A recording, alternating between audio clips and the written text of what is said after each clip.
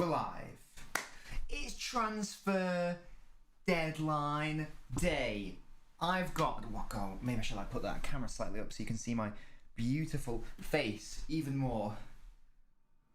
It's LNobbins. We're out here. It's transfer deadline day. I've even got my transfer deadline hat on. That is how you know it's serious. Rate the trim, rate the suit. In fact, let me just get the chat up because I know you guys are you're gonna be all over this shit. Oh, this has ruined the whole aesthetic because now I've got to actually log in for some reason.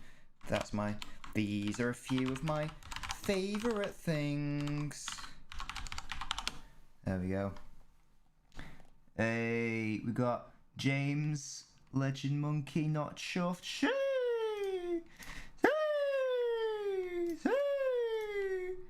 One sec, guys. Apologies. Hey, Ash, how you doing, mate?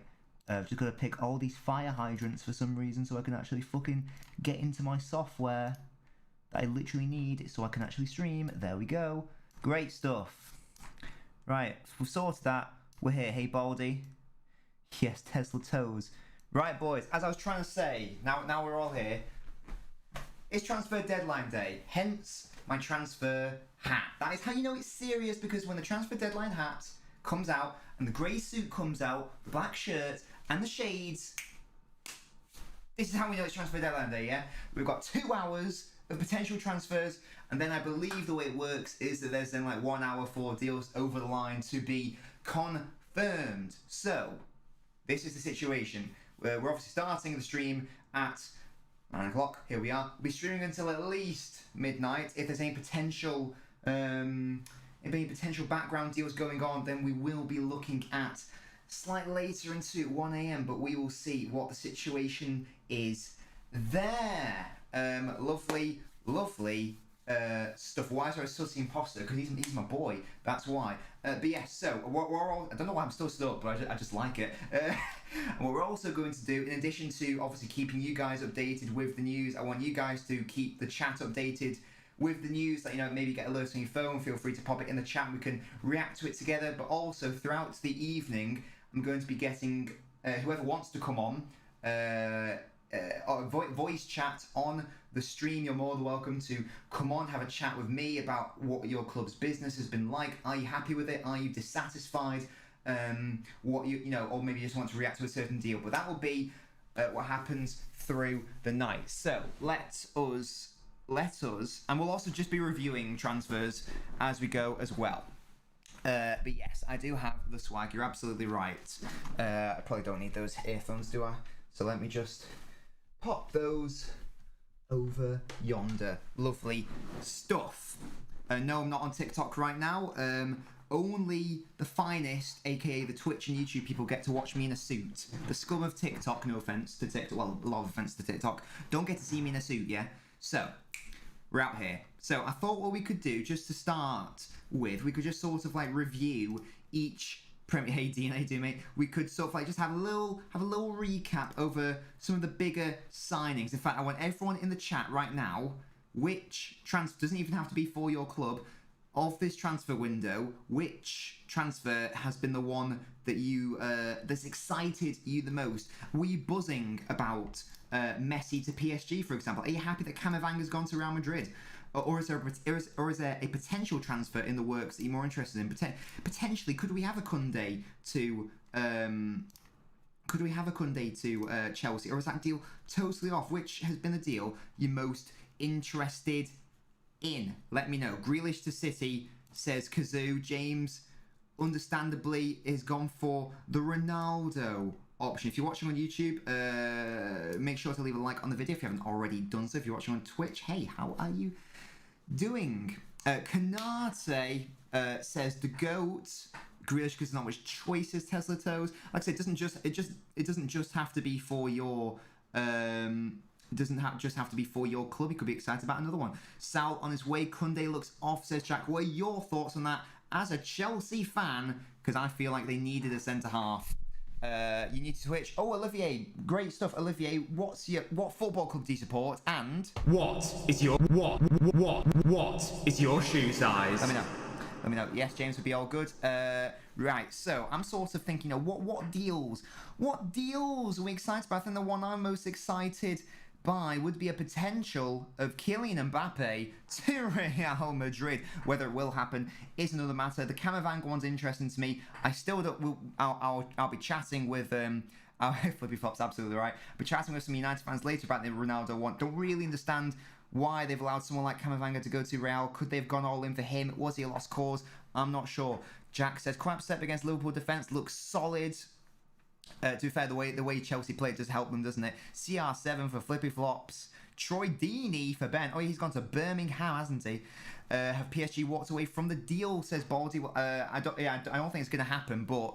No, sorry, it hasn't happened yet, but my ultimate... and this actually on Kieran's stream, he said, what's one bold prediction? My bold one was... Real Madrid. Kylian Mbappe.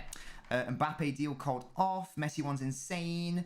Griezmann is confirmed. Goodness me. And actually what I'm going to do is I'm just going to, like I said, I just want to review everyone's transfers. So let's start at the start, shall we? Because, let's have a look at the Premier League side that begins with an A.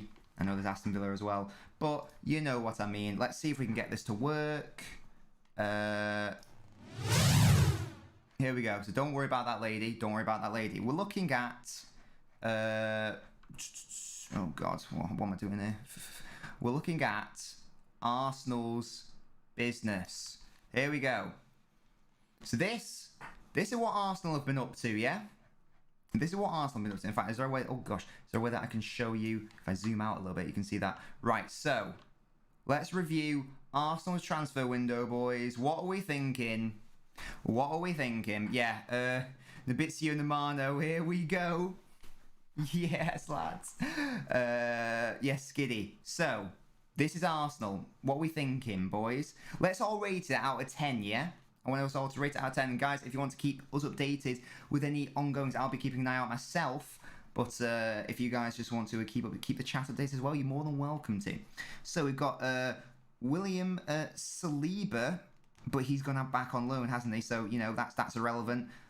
These are all the irrelevant ones because they've just come back, so not really signings. So this is where we get into actual signings. Nuno Tavares for 7.2 million. Lokonga, he's looked all right, for 16 million from Anderlecht. Ramsdale, 25 million.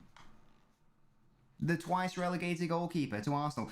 Odegaard, 30 million, but the biggest one, over 50 million pounds for Ben White. What we're rating the Arsenal transfer, you guys have gone harsh. Goodness me. 3 out of 10, 2 out of 10. 5. Olivier, did I get your shoe size? You're a Marseille fan. Right, Olivier, I'll write down your shoe size right now. Now, it's an interesting one, isn't it? Because United got Ronaldo, Sancho, Varane. City got Grealish. Chelsea got Lukaku. And yet it's Arsenal who spent the most amount of money this transfer window. It's incredibly bizarre. And are they even that much more improved? I don't know if they are. In fact, do we have any Arsenal fans in here who would like to go live with me and have a little chat about Arsenal's transfer window? No worries if not. Business is all for the future, says Flippy Flops. I do rate Ben White and Odegaard as signings. There just need to be even more, honestly. Oh, Ali's here. Ali, if you want to, I was just about to say, my followers are allowed to come on and have a chat. So Ali, if you do want to have a quick chat about how you think Arsenal's window's gone, you're more than welcome to come on. Where I think Middlesbrough will finish, I've genuinely zero clue, honestly. Arsenal's like shaky Mansour, but worse. Franz, you're definitely not an Arsenal fan.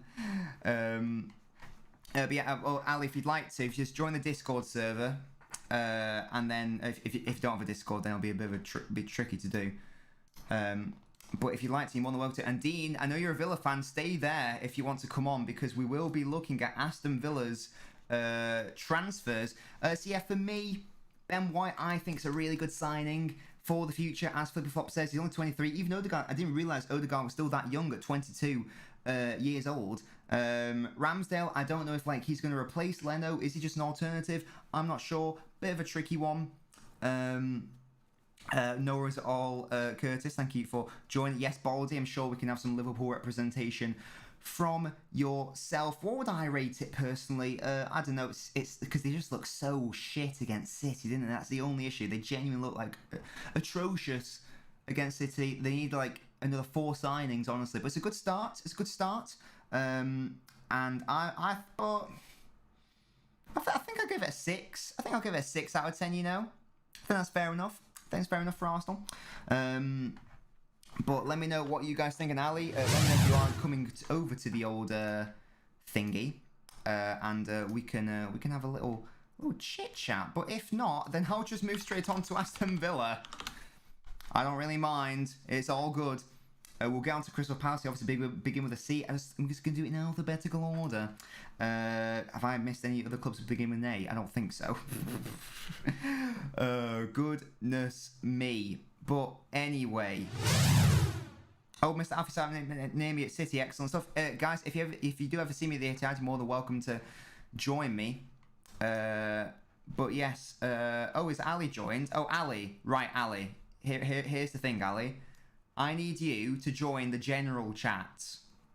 If you want to come have a chat, I need you to come to join the general chat, voice chat, and then we can have a little chat on stream. So I'll assume that you want to come do that. So if you could do that for me, my man, then I could pull you into the stream chat and we can have a little chat. Yeah, I won't forget Brentford. Don't worry, Flipper Flops. Don't you worry. Look at that. Look, rate the drip, by the way, guys. Hat, suit, sunglasses, earphones, banging. You know how it is. For France, West Ham will be right near the end, won't they? So I'm sure that we can. I'm sure that we can do that. Hey Joe Wilding, how are you doing? But whilst we're waiting for Ali, let's just have a little discussion of. Let's have a discussion of Aston Villa's situation. Dean, you are the Aston Villa fan. You're the main man. Oh yeah, Ali. Yes, Ali. I need you to join the general voice chat. So you can see I'm in stream chat. I need you to join. Yes, yes, Ada Costa. Oh, there you go, Ali. Perfect. There you go. Yeah, yes, Ada Costa. We will be chatting about Brentford. We're chatting about everyone. But first of all, we're going to be having a chat with Ali, aka Certified Ali, about Arsenal's goings on for just 5-10 minutes, because I do want to see if we can get one person for each club, if possible. Ali, are you there, mate? Yeah. I'm here. Very good stuff, my mate. So, I'm just going to go back to Arsenal's transfers. I want you to run them. Well, first of all, how are you? I'm calm. Lovely stuff. We just signed the best right back in the world. Tell me more. I don't want to hear nothing about Trent. I don't want to hear nothing about Reece James. He is the future. What's he called? What's this guy? Tommy Yusu. Would it offend you if I told you I'd never heard of him? Nah. Right, yes. So I've got all of Arsenal's transfers. So the confirmed ones so far, or at least updated on my screen. Run me through them, Ali. What are your thoughts on these? Is there someone that you're incredibly excited about? Is there someone that you hate that they're at the club? Where was like the missed potential opportunity for Arsenal in this transfer window? Just let me know your general thoughts. I think I'm excited for Martin Odegaard. He'll be delivering the assist like his name's Amazon Prime. Oh, I can't wait until he sources up teams. The one I'm disappointed about, Ramsdale. We paid too much for him. 25.2 million according to this. 25.2. That's too much for a bench goalkeeper that won't start over Leno. Well, that's what I was going to ask you. Is Leno's long-term future at Arsenal, or is the idea, because I don't know how old Leno is, but Ramsdale was young. Is the idea that he's going to be the first choice goalkeeper in a few years' time? What's the situation there? I hope he can be like a good keeper and can start first, because Leno's declining. As you can see, we got battered by City 5-0. The saves he made, it was just straight at him. He couldn't do. Probably most of those goals he should have saved, like the header from Gundogan, that curve shot from Rodri, like something like that. Ramsdale, if he can improve on that, he can be a great keeper for us. Yeah, because I've always thought that Leno ain't it. Like he's all right, he's fine. But if Arsenal want to get back to genuinely competing to get back in the Champions League, I don't think he's a top 4 goalkeeper, for instance, for me. I think he's fine. I think he's competent, but I wouldn't associate him as being like, a commercial six goalkeeper. But to replace him with Ramsdale, who I don't know if he's the real deal either, is a bit of a weird one. I think you and I have discussed this before. I think Arsenal need like another 4 players to get back to where they want to be. So if I was an Arsenal fan, I would have liked to see a striker, winger, another person in central midfield, maybe even another centre half. Certainly a right back.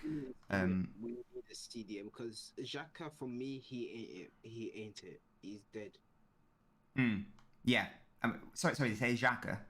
Yeah, Xhaka. Yeah, he's like one of their most experienced players. Get 2 foots. I know it wasn't like a strong challenge, but it was a red card. Like we're 2-0 down. It's like, well, the game's over then. It was almost like he was saying, well, I can't bother playing this game, to be honest. Mikel, sorry about that.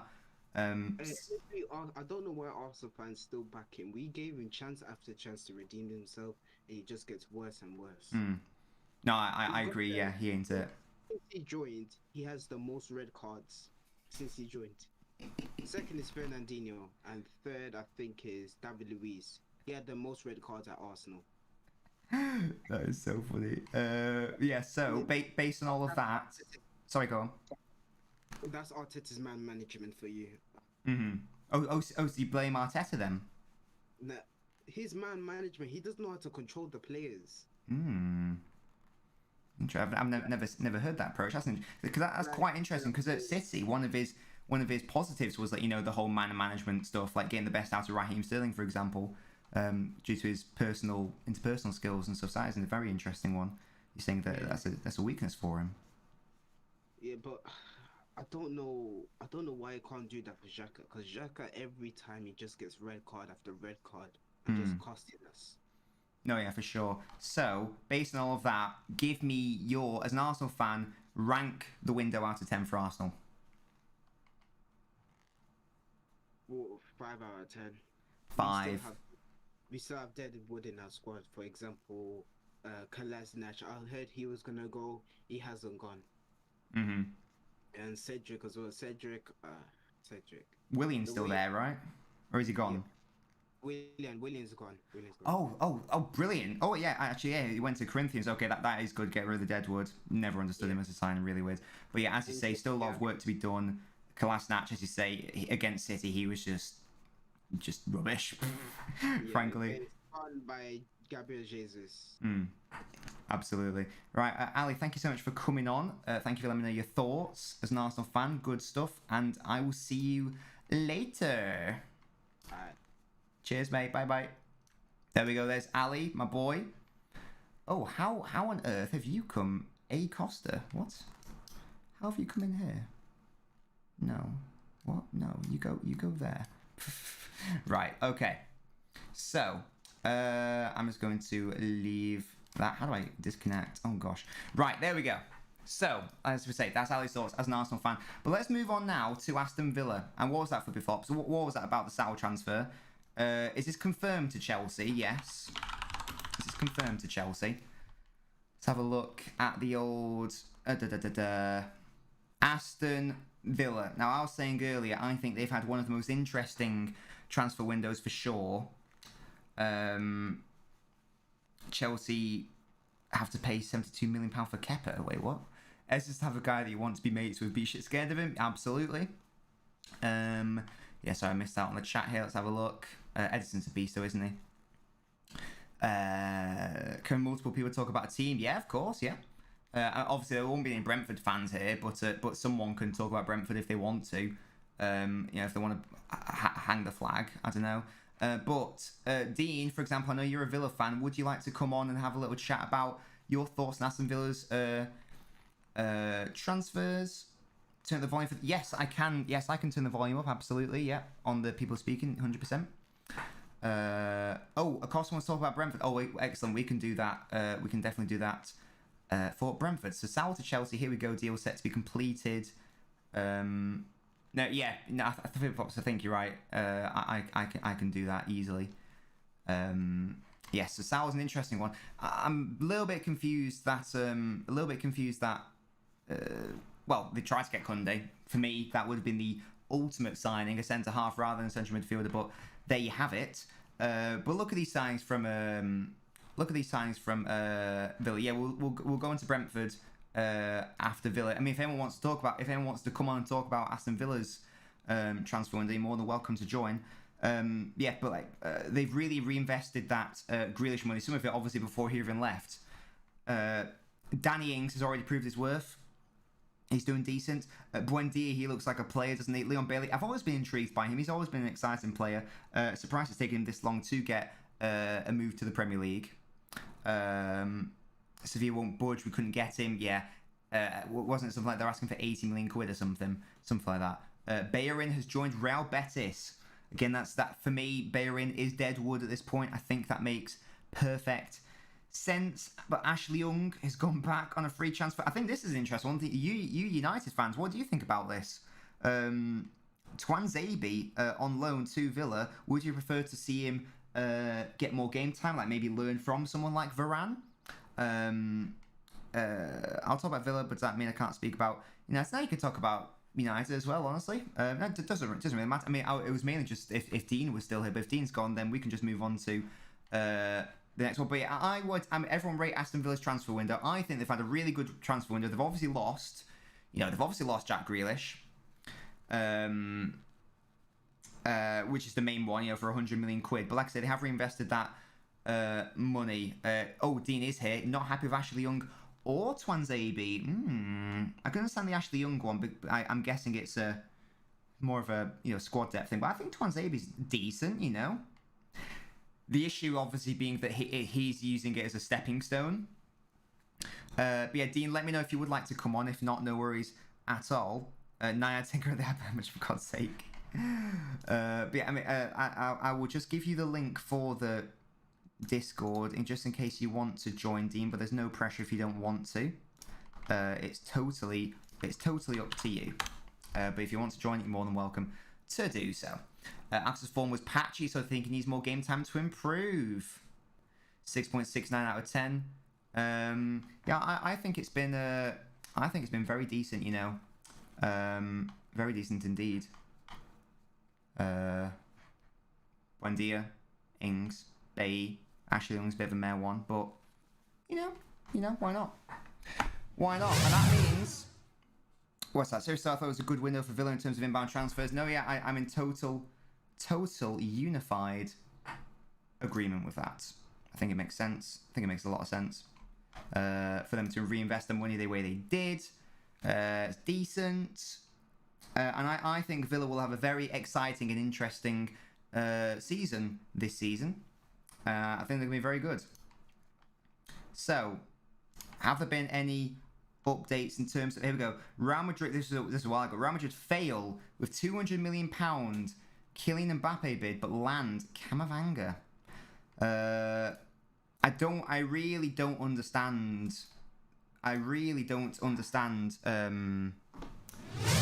Real Madrid's thought process here. If anyone can explain it to me, you're more than welcome to. But why are you saying no to this deal? You're going to lose him on a free.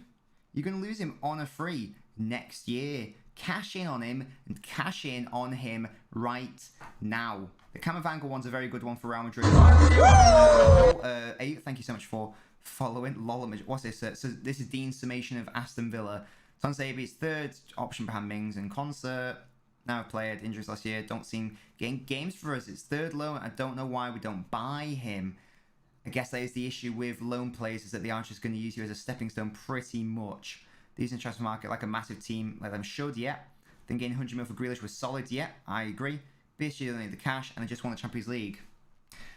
But you can't put even, and it's not about needing the cash. It's just about you're going to lose all that money because he's not going to sign an extension. Like no chance. His dream is Real Madrid. So he's either, and I don't think they're going to win the Champions League this year. So very odd one. PSG owners would rather lose him on a free and have a chance of the Champions League. In a way, I actually think they'd have a better chance if they sold Mbappe and then. Because I think that actually adds more balance to the side for me. Bit of a weird one. I just can't get my baby head around it, but there we go. Okay, Brentford. Now there was someone called Da Costa or who wanted to join, was there? Re Brentford's transfer business and whatnot. I think he's in the chat now. I'm just going to drag you in. Acosta, how are you doing? You're live on stream. Do you want to talk about Brentford? Yes. Hello. Hello, mate. How you doing? Wonderful. You good? Yeah, I'm good, thank you. I'm good. I'm guessing you're a Brentford fan, or you just got a passion. Oh, excellent. Well, it's perfect. Oh, I've clicked the wrong button. There we go. Perfect stuff. Okay, so I've got the transfers on my screen now. I'd be lying to you if I told you I knew much about them, so I'm going to be leaning heavily on you here, mate. So, go. What are your thoughts, generally? Yeah, the major transfers really have been Ayer from Celtic and Onyenka from Midtjylland, and I think Ayer is probably the best one we've got so far. I think we got for about 12 million. He's good centre back, and I've watched him in a few games live, and I've seen him very good at progressing the ball up the pitch and quite confident. And 22 years old, so pretty happy with that. Yeah. Very good. Sorry, I'm just trying to turn you up because I realised that my chat said that you are quite quiet. So can you chat for me, mate, one more time? Speak to me. Yeah. Hello. There we go, Rav. I've bass boosted you. We're out here now. Okay, go. Great. And then we've also got an attacking midfielder from Midtjylland called Onyenka, Nigerian. He's 9 million. Mm-hmm. I've seen him as well. He's looked wonderful actually. I'm very, very impressed with him. He's kind of played that attacking mid role, but he's also one of those players who's not afraid to run back and cover in counter attack. So those two main signings, I'm very, very impressed with. Its classic Brentford moves. You know, we've not gone for big names. We've gone for players who are off the radar, but are still kind of overperforming in their teams, really. Mm-hmm. Just for the people who maybe don't know that much about Brentford and the whole Moneyball way of Brentford's transfers, do you just want to if you're able to just give us like a quick overview just to everyone listening, like what is Brentford's what makes Brentford different about the way they do business? What is this whole Moneyball system that they're able to deploy? So kind of they use this Moneyball tactic where they buy a player very cheap from a team where the player is overperforming in their team, maybe 1 million to max around 6 million, obviously because we're in Premier League. It's changed, but previously that was. For example, we brought Ollie Watkins. I can't quite remember the price. Very cheap. Mm-hmm. Basically gone. We've gone and sold him onto Aston Villa. I think it ended up, was it 25 million, something along those lines. And our whole idea is buy a player cheap, sell them for lots, make the profit, and then reinvest it again. And in that scenario, we reinvested the Watkins money into Ivan Toney, who's obviously top championship goal scorer and hopefully, going to do pretty well in the Premier League. For sure. And then, so I would like you. I should have asked Ali this. I want you to let me know where you think Brentford are going to finish. I've got them to survive in 17th place, and I want you to rate your transfer window out of 10 based on how happy you are with the business that's been taking place. I'd probably say 17th place.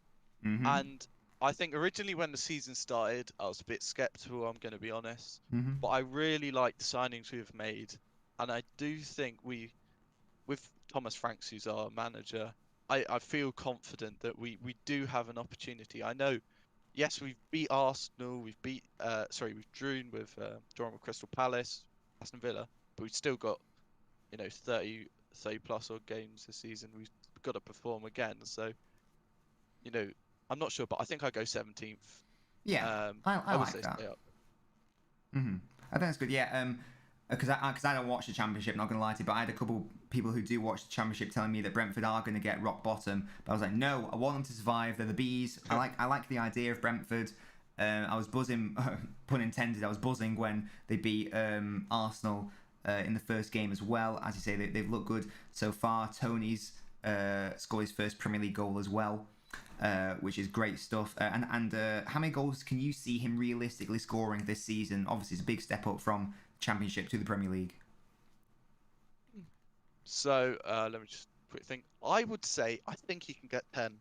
I would like him to get more, but I think 10 is a nice rounded figure, and I think he can get that. He's definitely capable, and hopefully he exceeds that target. But Yeah, I think 10's a good target for him.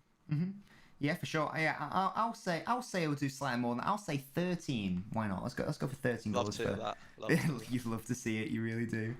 Yeah, well, good stuff. Well, I'm excited to see Brentford. I was very happy that they got promoted. I wanted them to get promoted last season, but just missed out. So really glad they are. We finally got them in the Premier League. And yes, mate, A. Costa, thank you so much for joining me and giving me your Brentford insight. And I'll speak to you soon, matey.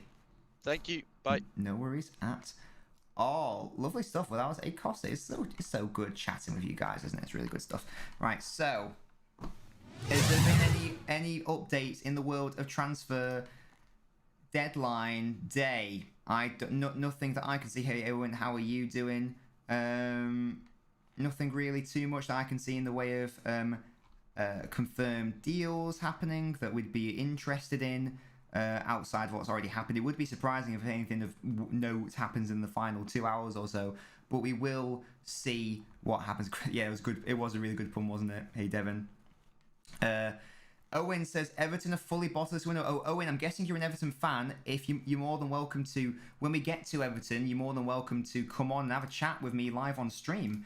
But who comes next in the Premier League alphabet?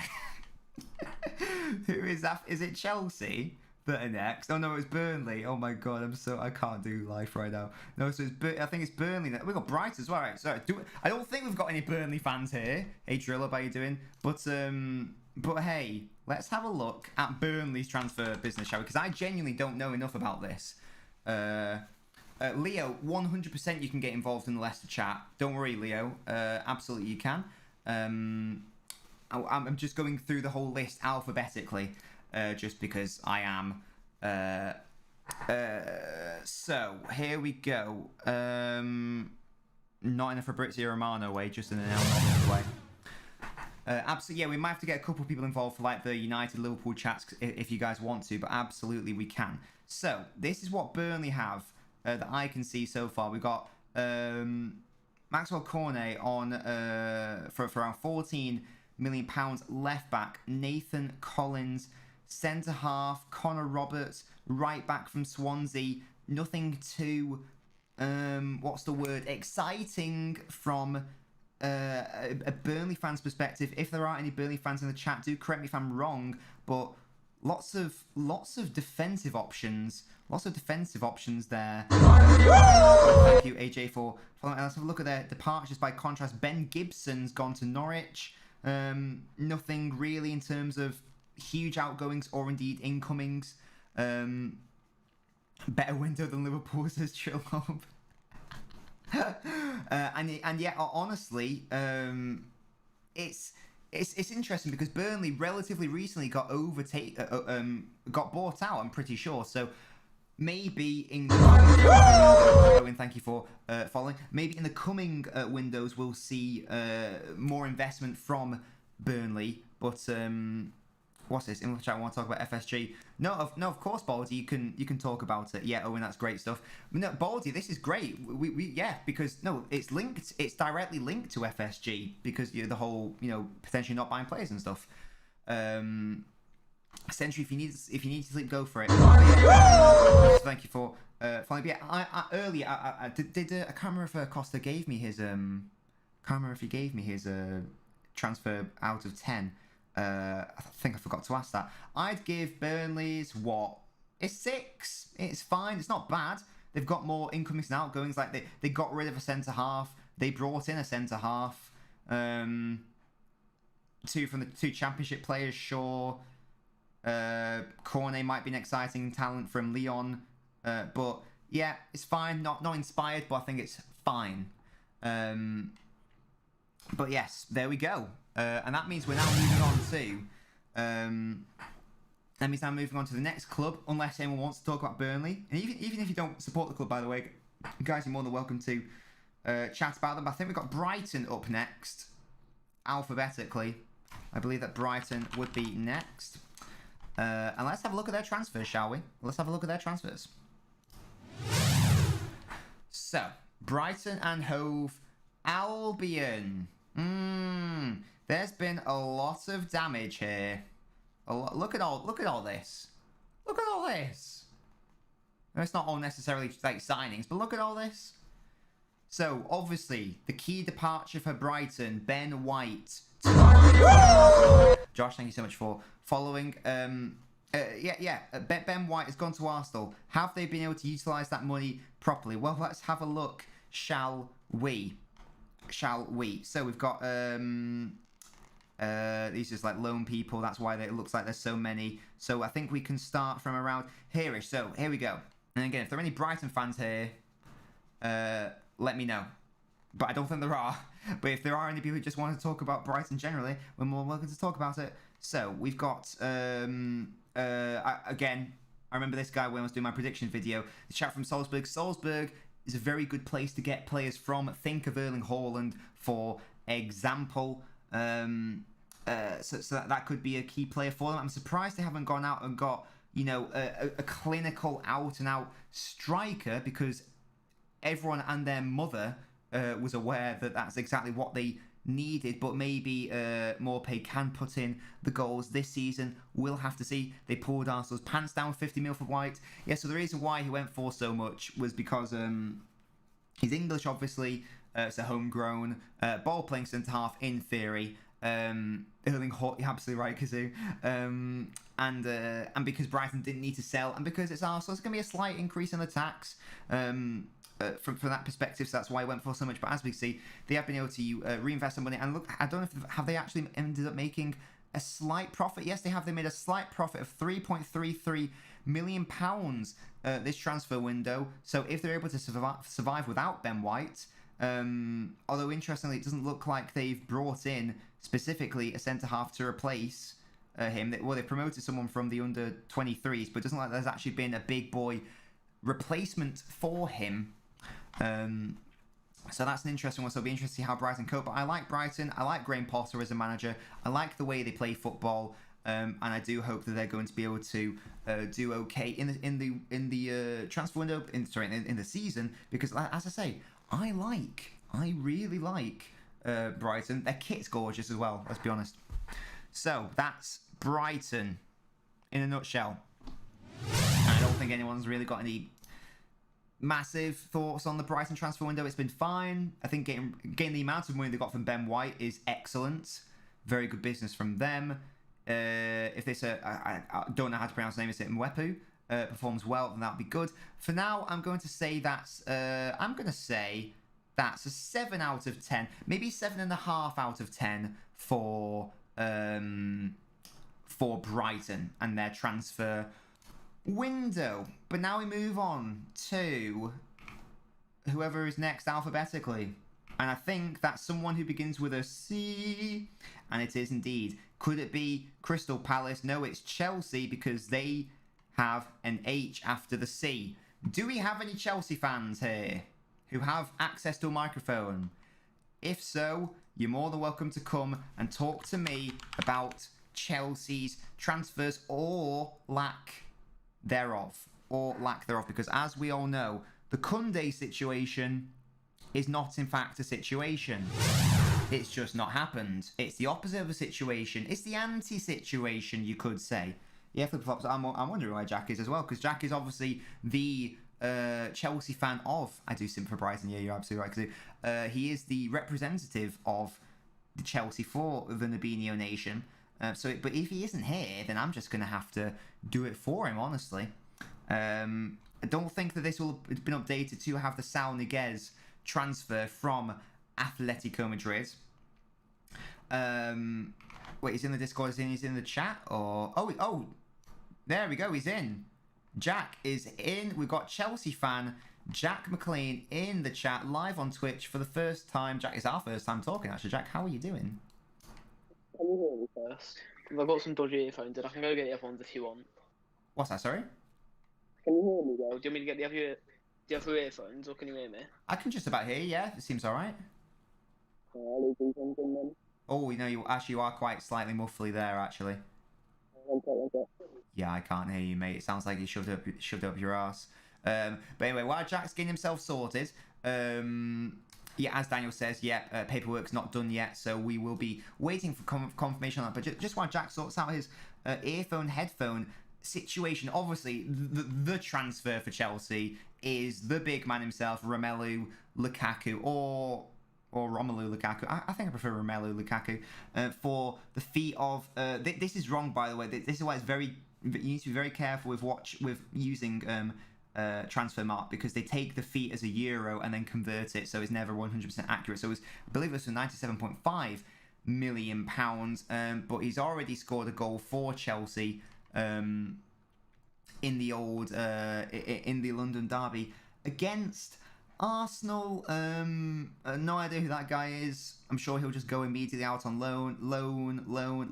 Chalobah has been promoted. Could he be a signing in his own right? Potentially. He's looking good so far. Pricey for a donkey, says Flippy Fox. Yeah. Gilmore's gone to Norwich on loan. Any other departures? The key one being Tammy Abraham, of course, to Roma. And he looks good for Roma, actually, from what I've seen of him.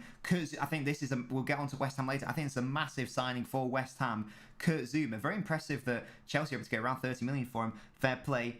But it'd be interesting when Jack's able to get his headphones. In fact, Jack, if you are listening, just whenever you do get your headphones, just feel free to unmute yourself. Now, for performance, just call him a donkey. You've got an agenda against Lukaku. Confirmed. Like I said, it'll be interesting to get Jack's thoughts on this. But for me, a centre half is what they needed. Maybe not the most important, because maybe now it's an out striker like Lukaku was exactly what they needed more. But if we're talking about certainly a second situation, centre half is what was required. And interestingly, they've let both Zouma and Tomori leave the club for not insignificant fees, so they have made a nice amount on them. I can understand the Zouma one, but I thought Tomori could have been a genuine prospect. He's only 23 years old. He looked good for AC Milan last season. People were asking for him to be included in the England squad, and maybe that will happen if he keeps at it with AC Milan. Oh, I can see Jack's unmuted. Jack, are you good? Yes. Can you hear me now? Yes, I can. That's perfect. Right, I've got some of the earphones now. Lovely stuff. Well, Jack, how you doing? I'm all right. I won a race on my game today, so I'm feeling all right. Nice. Good stuff. But yes, so I don't know how much you heard of what I was just talking about Chelsea's window, but yeah, just give me your sort of your overall thoughts, what you're happy with, what you're not happy with. Did Chelsea strengthen the correct areas? Was there an area they've totally missed out on? Go for it, mate. Right, so the signs we've brought in, like Lukaku, Sal's coming in, and all of that, they're good signings, yeah, but we're letting out so much youth. We had such a promising academy. We're just selling everyone. We're not even loaning them out anymore. We're literally loan FC, and we're selling all the youth instead of loaning them out. Yeah, I was going to ask you about Tomori in particular, because last season I was adamant that next window they need a centre half, and there he is right there. Young, 23, especially young for a centre half, English as well, and he's at AC Milan now. Are you as confused about that as I am? I was so annoyed when we sold Tomori. I don't know why we did it either. It was so cheap as well. We could have got so much more money for him from another team or something. Yeah, he's too good to go for that small amount of money. Yeah, it does seem like an odd one. I do hope for his sake, and obviously for England's sake, he does flourish, because I did foresee a good future for him. I can understand the Kurt Zouma one because he's slightly older. He was never really going to be Chelsea material, was he? Zouma, I'm not too fussed about, because we actually got some decent money for him. He was meant to fund Koundé, but Sevilla's just said no, we're not going to pay 70 mil for him, thankfully. Yeah, what's the situation with his contract? Do we know? Do we know how long's left on it? I don't know how long he's got left in his contract, but he's got a release clause that Sevilla said we had to pay. But it's 70 or 80 mil, so we're not going to be paying that. Yeah, that's a lot, because he's relatively young, isn't he, Koundé? So that's a lot of money. That's Van Dijk territory of money for someone like Van Dijk was proven Rolls-Royce defender even at Southampton. For Koundé, potentially not. So maybe that's something Chelsea can look into. Maybe January or maybe even next season. I'm not sure. But how much of a game changer is Lukaku? He's just what Chelsea needed, to be honest. Mm-hmm. We needed a striker like him who can actually finish.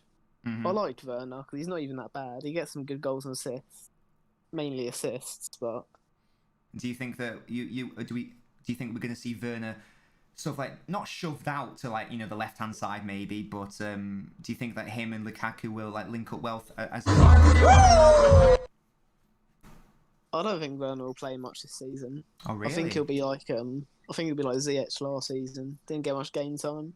I don't think he'll play much because Havertz, Mount, and Lukaku are our front three for the season, I reckon. That's quite sad, isn't it? Because how much was Werner? Was he like 50 million or something? Like only last season. So to be immediately shoved onto the bench after that, I reckon he's gonna go out next summer. Oh really? I reckon he'll leave. Oh wow, okay.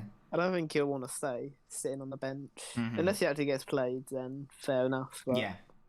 No, yeah, I understand that. Yeah, it's just a massive shame for him. But Flippy Flops did make a good point. He said Chelsea have recouped a lot of the money, and according to Transfermarkt, not 100% accurate, but as of this isn't including the Niguez situation, but right now Chelsea have actually made a profit this transfer window. It seems of 6.6 million. All the outgoings we've made. Yeah, exactly. So all the players we've sold, Yeah. we paid for Lukaku basically.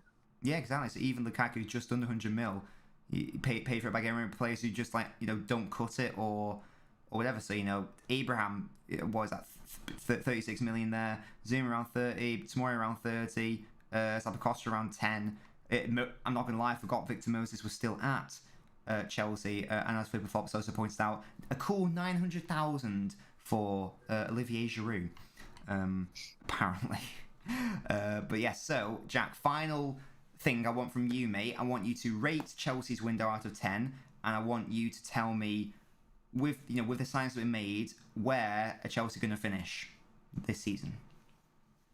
Rating a window, I would say I'd give it a 7 out of 10. Mm-hmm. Well, I think we did need a striker very much, but we need a centre back just as much, and we didn't get that. We got a centre mid instead, who I don't think we needed. No. Unless it was Declan Rice, but he's 100 mil, so. Yeah, and just before I get your prediction, with the whole Sal thing, would he even start? Because you got Jorginho there, who's just won the the UEFA Men's Player of the Year. You got Kante, who's just won the Midfielder of the Year. Would he even start, or is he just more of a reserve option? I think our midfield just get rotated between Kovacic, Jorginho, Kante, and Sal for the season. Mm-hmm. I think they will get rotated. Fair dues. And then finally, where are Chelsea finishing the season in the Premier League, and what other competitions might they win? Right, so Chelsea can win the league. Mm-hmm. We'd have to be consistent. We can win it, but I don't think we will. I think we'll come second. Okay. And how will they perform in the Champions League, let's say? I don't reckon we'll do it. I don't reckon we'll win it again. I reckon we'll get to quarters and lose to someone there, depending on who we get. Yeah, look at the draw, isn't it? But you think if they come up against one of the big boys like a Bayern or PSG or something like that, do you think Chelsea can't cope with that sort of quality? I think it'll be close. I think it'll be close between us, but I reckon we'll get edged. Yeah, that's fair enough. No fans helped us last Champions League, I think, so Mm-hmm. we did well to win that. Yeah. You remember that final well, don't you? No, all right. Let's send this conversation right there.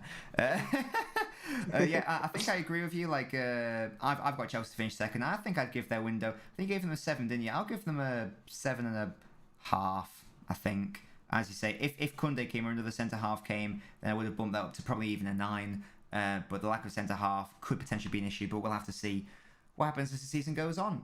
Jack, it's been a pleasure, mate. Thank you for coming on. Thank you for chatting with me for the first time, and I hope to chat to you in the future.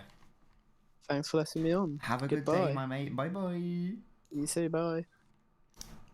There we go. That was my boy Jack, representing Chelsea. Yeah, Chelsea have had a very good window, haven't they? I'm just going to have a look to see if there have been any other signings. It doesn't look like there have been any other things. Here we go. Leicester defender Sam Hughes, who's joined Burton, while Newcastle midfielder Rodrigo Vilca has moved to Doncaster. I couldn't give any less of a fuck. Another day from La Liga. It looks like Griezmann's leaving Barcelona and going back to Atletico on loan with a €40 million option to buy. Barca, meanwhile, working to bring in Sevilla's Luke de Jong to partner Braithwaite up front. Well, then. You think Chelsea would do Bayern PSG? I think Chelsea could beat PSG. I don't think that they beat Bayern, though. James, yeah, I saw you having issues. No worries at all. What's this, Mustafa?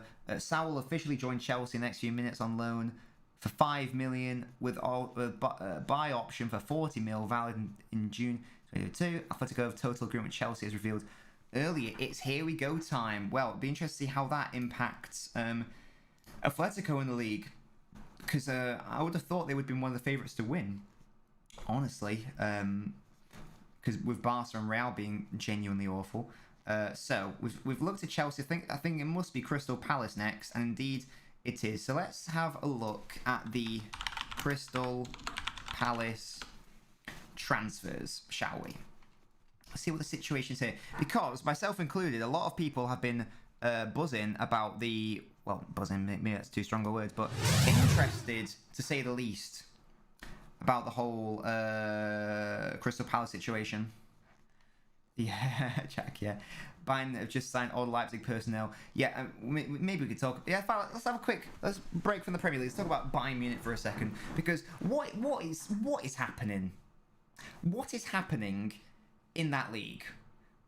And I know we've joked about it before, and I know it's not unusual for, let's say, because City signed Sterling from Liverpool, for example. City signed Mahrez from Leicester. It's not unusual for there to be like incestuous. Oh, Stevie, is Shaqiri left? Oh no, Steve will be getting onto Liverpool shortly. We can potentially talk about that then. But yeah, like it's they're taking the piss, aren't they? They always do it, but it's just taking the mickey. Like when it was Dortmund as the main threat, it was like Lewandowski, we'll have him. Goetze, we'll have him. Hummels, we'll have him back. And now it's Leipzig. It's like, oh, Upamecano, like the best up-and-coming centre-half in the league. Yeah, we'll have him. Oh, I can't remember what that guy's called, but the attacking, was he Austrian? Sabitzer. Don't know if it's but Sabitzer. Oh, yeah, you're decent. Don't even know if they need him, but we'll have you. Oh, Nagelsmann, you manage an opposition. Yeah, we'll buy you. Oh, what's that? Lewandowski might be going... we might have to sell Lewandowski next season. Oh, don't worry, because we have another prime Dortmund star striker, aka Haaland, to replace the outgoing former Dortmund star striker Lewandowski. It's just a bit of a joke, I think, at this point, and I think it always has been, honestly, because Neuer came from Schalke. I believe Kimmich was from Leipzig. There's other options I can't think off the top of my head. But it's just that's just a mad one, isn't it? But yeah, anyway, Bayern are worse than PSG, City, Chelsea. It just makes the league dead from a competitive standpoint, definitely. What's this, James? Edouard from Celtic to Palace, officially confirmed by club statement. Deal signed between the two clubs. After Edouard received many proposals, Patrick Vieira only wants him. Well, speaking of Patrick Vieira, the Palace manager, let's have a look at what signings they've made. So let's have a look at the outgoings to begin with. So Townsend on a free to Everton. I think that's a decent one for Everton, I think Townsend's fine. Van Aanholt, probably just dead weight at this point. Sacco, again, dead weight. Cahill, dead weight. Scott Dan, dead weight. Hennessy, dead weight. James McCarthy, dead weight. A lot of this is shit and dead wood. So I think these are really good outgoings for Palace. Thoughts on Salah to Chelsea? Yeah, we just had a Chelsea fan on talking about that, Kwam. Not what they needed, potentially, but fine, probably. Fine, strengthens in midfield anyway. But here we go. Will Hughes. He was always linked with City as well, Will Hughes. Don't know why. But for only £6 million, that is decent. They've obviously still got Zaha. They've got... what's it called? Iberieze. And now we're adding even more attacking talent from Reading. You'll love to see it. Anderson, the centre half. That because they got rid of Cahill, they got rid of Scott Dan, they got rid of Saka, they needed a centre half, and it's a good signing. And Mark Gay from Chelsea's under 23s for 21 million quid. Stevie asks, have we got anyone to talk about Liverpool? We've got quite a few people, but I'm sure we can have multiple people. Think about it. How many actual signings will the Premier League clubs make in this last hour? Honestly, it won't be that many. I wouldn't have thought. Maybe Kieran can get his Rondon transfer happening, but I don't see City signing anyone, for example. I don't see any of the big boys going for any. I don't see any of the big boys going for any players. But yeah. Does anyone want to come and talk about Palace? If not, I'm just going to give my thoughts on it. I think they're an exciting looking side this season. I'm very happy with all the shit they've gotten rid of. And we can actually see here Odsonne Edouard, who James was just talking about, potentially from Celtic to Palace, the young centre forward. That could be an interesting signing as well. Vieira's doing good business, but he doesn't have the ability to succeed at Palace. Well, it's early days, isn't it? It's his first managerial job in the Premier League. Hopefully he can pull it off, because, well, hopefully, or Arsenal fans especially will be hoping he pulls it off, because I'm sure he will be, because the natural progression is definitely for him to become Arsenal manager, isn't it? Whether that happens or not, I don't know. He didn't do that well at Nice, I don't think. I remember he managed like City's elite development squad, and I think he went to New York City, managed them. Can't remember how well he did there. But this will be his first test. Be interesting to see what happens there. But yeah, I'd say I'm giving out a lot of 7s. But yeah, I think Palace. I'm gonna give an 8. You know, especially if they can get this at Edwards. I'm gonna give it an 8. Partly because of the outgoings. I'm really impressed that they're able to shift all that shit. Although I say impressed, they're all free transfers, but irrelevant. They got rid of them. That's all that matters. So fair play to you, Palace. Fair play to you, Palace. I think they'll finish comfortably in and around lower mid-table. I think they'll be fine, honestly. Hey Mo, mate, how you doing? So now we move on to what is next in the alphabet. Is it Everton? I think it might be, you know.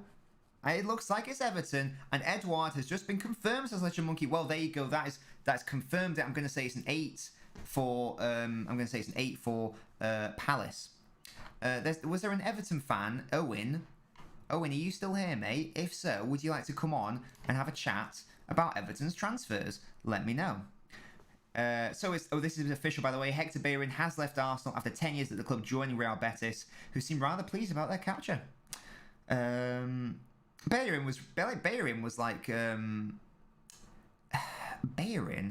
was like a potential City player for a time, or a potential Barcelona player at a time, but he just sort of, I think he picked up a really bad injury, just like never cracked on.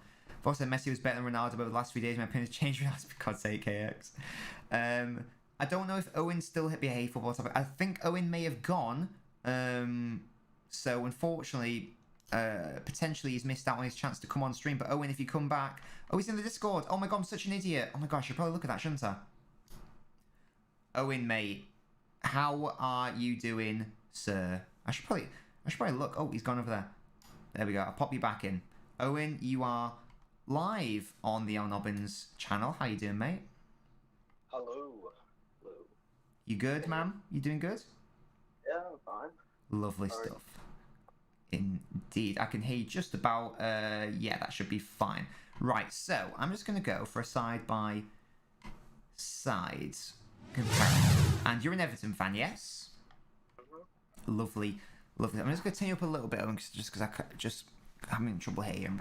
There we go. So, I was obviously in Kieran Rance's channel earlier, so I know Kieran's thoughts on the whole Everton window, but I want you, just like, give me your sort of overriding thoughts on the Everton transfer window. Are you happy with the incomings, the outgoings? Do you foresee there being another signing in the next hour? Could more have been done? What are your thoughts, mate? Happy with some of it. I think we need a right back. That is like the one thing we are missing. Because Coleman is 33. His legs are going. Kenny's just, he's not good enough. It's got to be honest. I like the lad, but he's not good enough. Could have done with another midfielder as well. It looks like we're going to get Rondon right at the end here. I think that's going to go through, which isn't bad. I think he's all right. I think he'll do well on the Rafa back up the Calvert then. So you say you wanted a right back and even a central midfielder, which central midfielder interests me because you've obviously already got Alan and Decore, so I'm guessing that's more for depth rather than first teamer. What right backs were Everton looking at potentially, who would you have liked to have got at right back for Everton?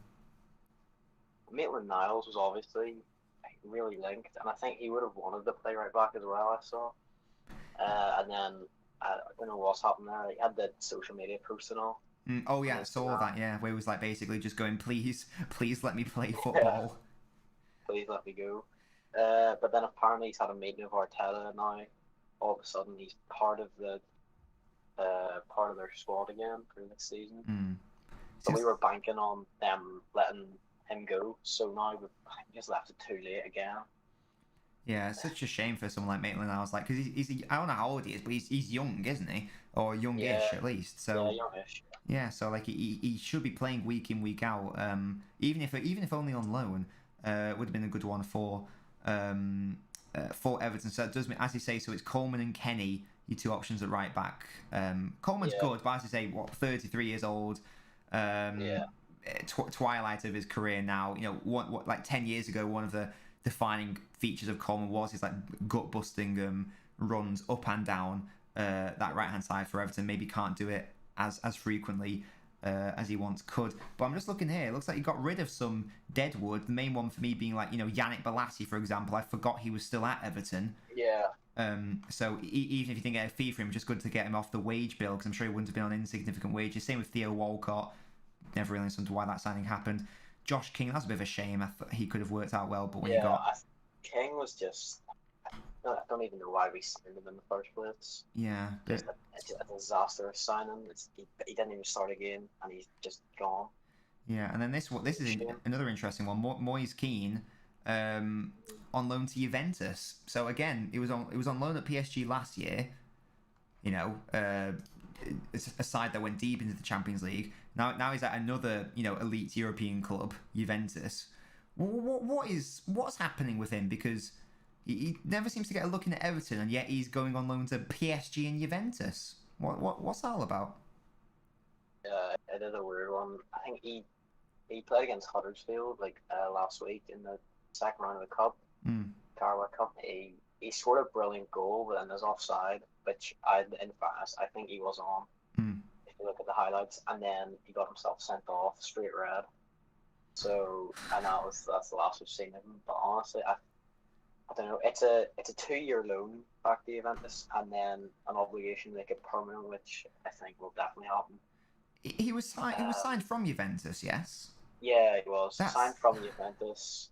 Played a little bit, not too much. Only scored a couple of goals. Yeah. Then went to PSG, then came back, and now he's back at Juventus. It's really disappointing because we were all so excited whenever we signed him. It was this big talent. He's playing for Juventus, but. Yeah, well, I was as well. I was like, I remember that season. I was like doing an FPL draft. I was like, oh, I've got to get Moise Keane in there. Yes, please.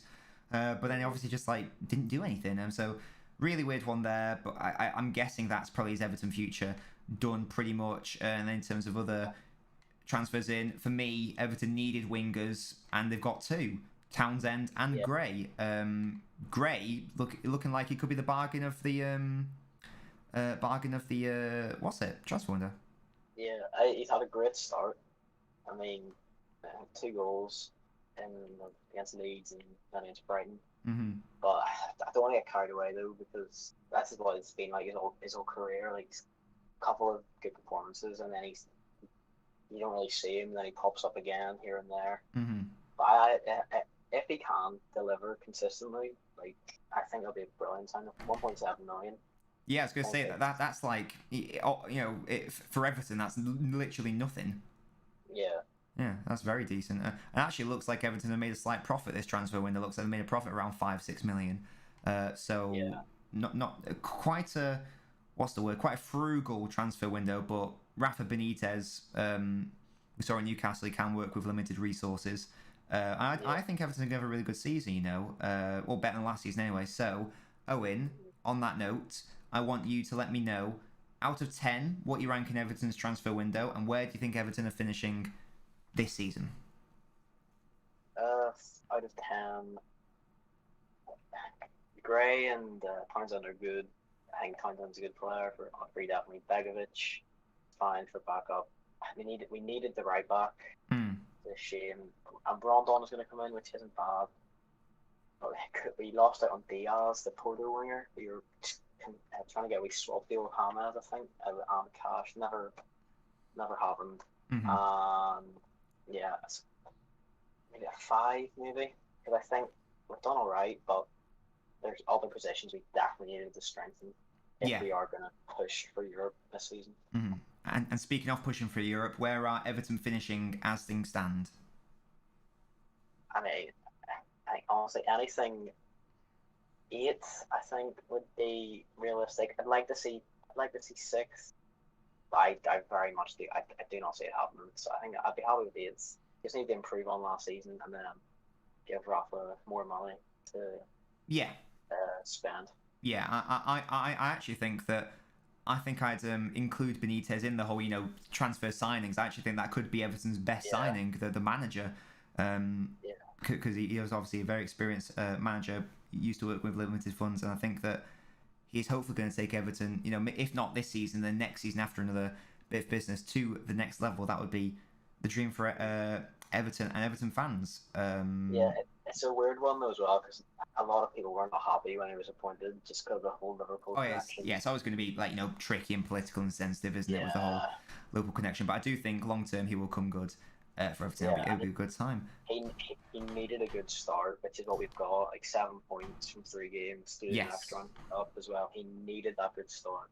And I'm really happy that it's worked out so far. And we just need to try and keep it up after the international break and hopefully have a good season. For sure. Well, Owen, it's been lovely having you on. Thank you so much for chatting to me today. Cheers. Have a lovely rest of your evening. And yeah, mate, have a good one. Cheers. There we... how do I... There we go. Lovely. So, well, that was Owen. And that was Everton. Thank you, Owen, so much for having a chat to me about Everton. But yes, I do think I agree with Owen a lot. If we want to throw in Benitez as a transfer, then I think that we're talking about Everton more closer to a 6 and a 7 rather than the 5 that Owen get. But I can understand the disappointment, not strengthening in those key areas. I didn't actually realise Coleman was that old, 33. I don't know why, just in my head he was younger, but clearly not. So, next on the list in terms of the Premier League, we have got what's after E. Oh God, who is it, guys? Is it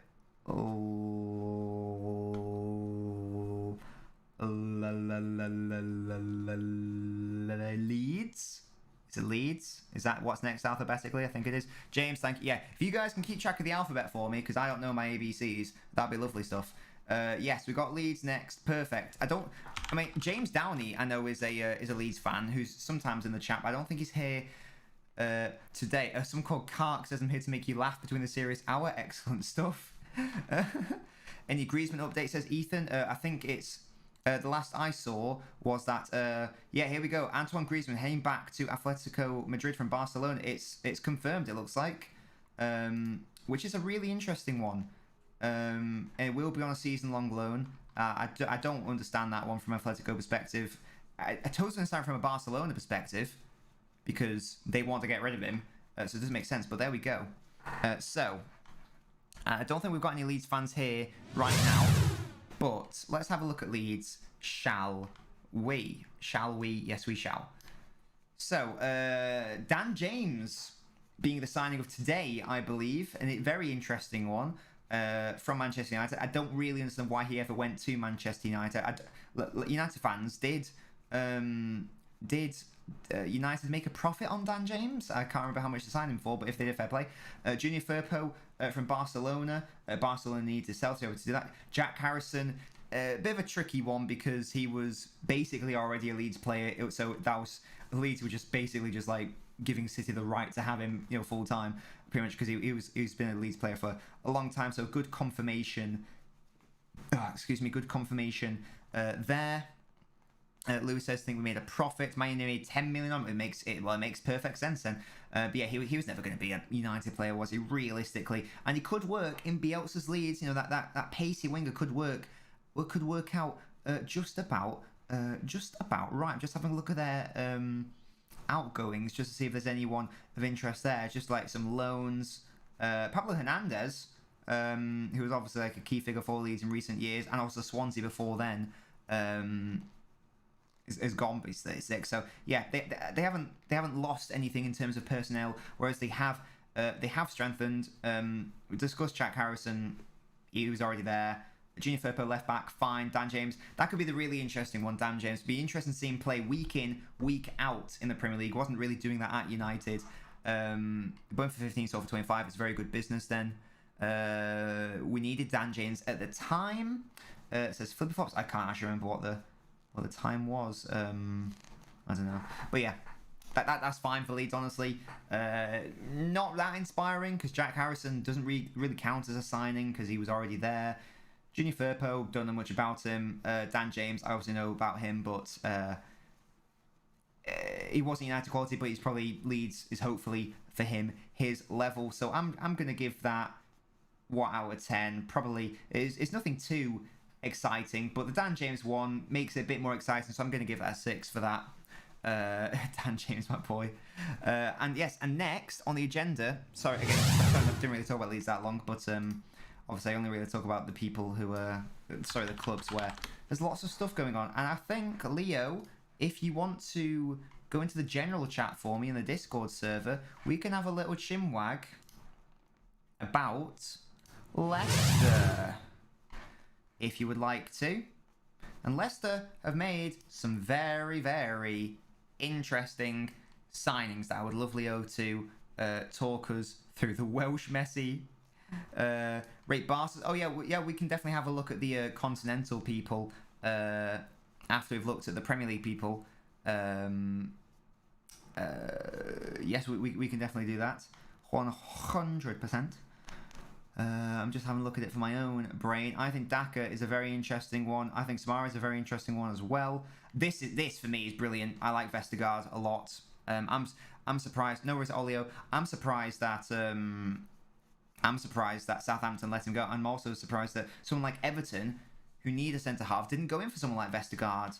I think he could have been really good for them. There is Leo. I'm just going to bring him in to the chat. So Leo's just muted right now, but Leo, whenever you're ready, just unmute yourself if you would like to, of course, and we can have a little chat. What's this to go? Liverpool sign Mbappe. Look at Liverpool's Twitter. It's out of nowhere. Definitely not. Mbappe's definitely not gone to Liverpool. Leo, my mate, hello.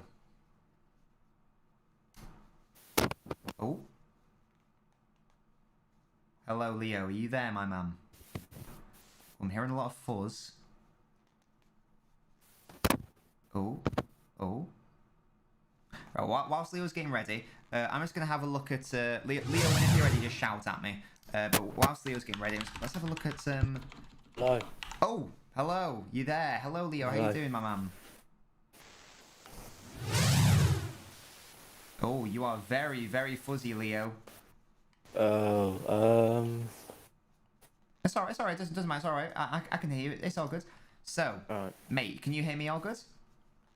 Yeah. Wait, are we actually... Wait, sorry. Are we actually joking about this whole Mbappe to Liverpool thing?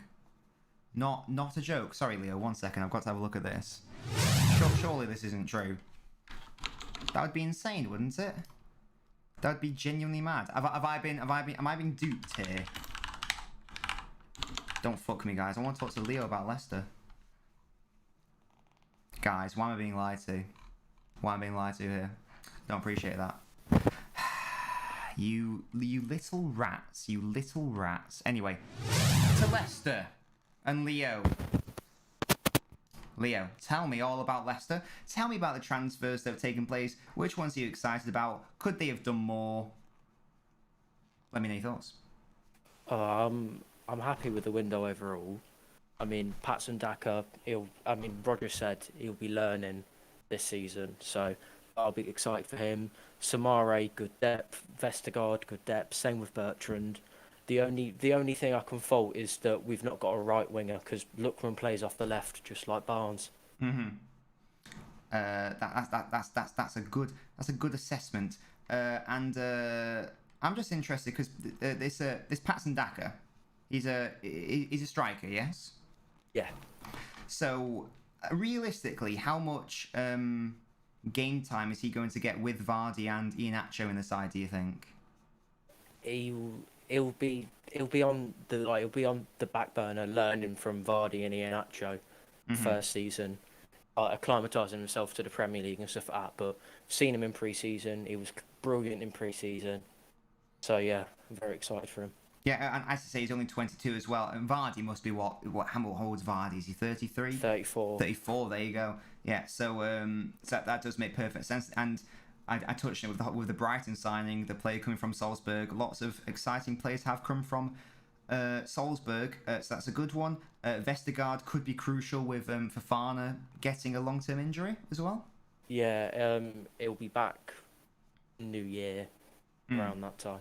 Yeah, cool. That's good. And I'm just having a look at your outgoings. It doesn't look like there's really anyone Leicester have gotten rid of or quote lost. Not massively, other than like Gazal, who went for a couple of mil. Yeah, so therefore I'd say that no main player has gone. No, so they've held Dennis on to... Pratt has gone with a 15 million. I don't know if it's an obligation or an option to buy. He's gone to Torino on loan. Yeah, and so it was, for me, it was really crucial because obviously everyone wants Ndidi because he's that good.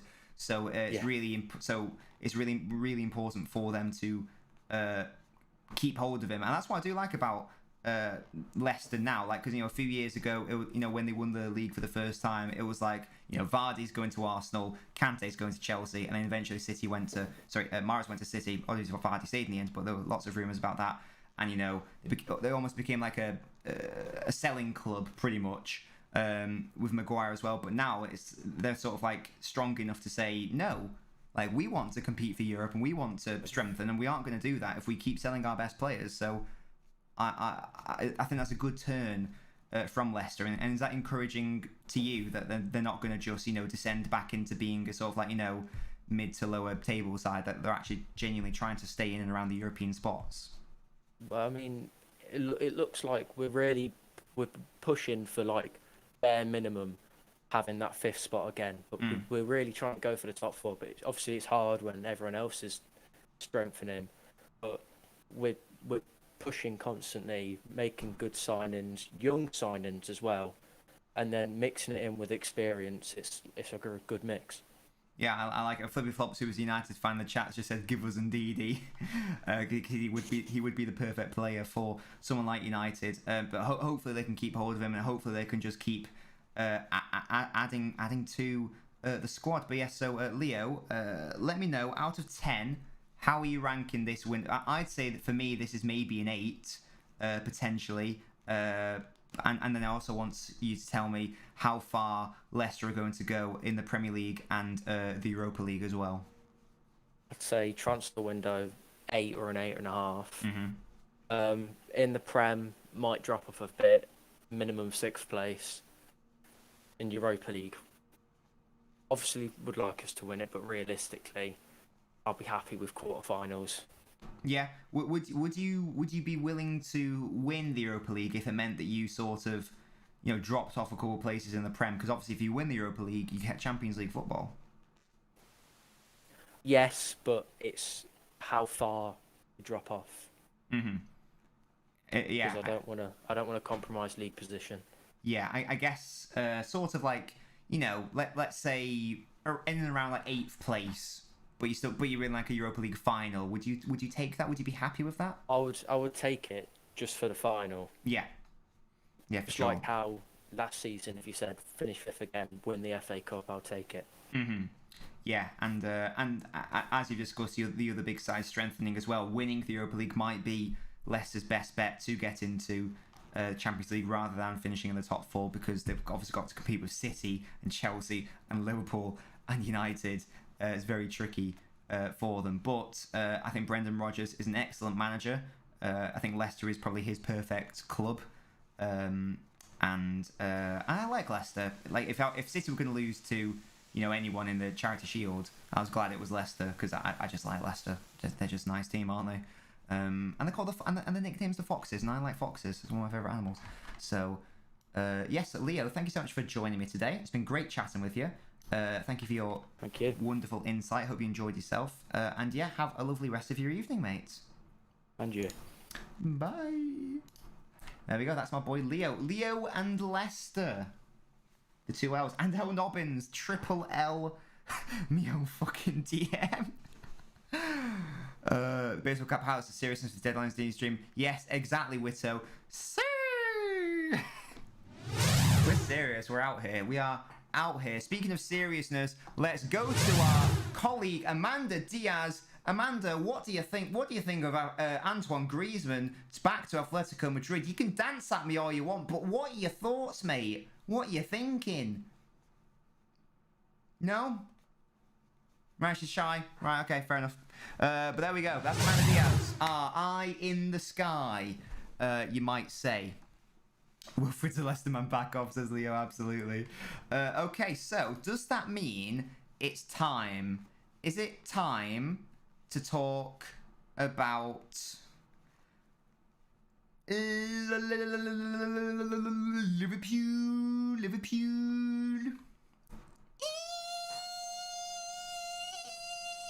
Yes. Wait, do I have my auto tune on? Hello. Oh, wait.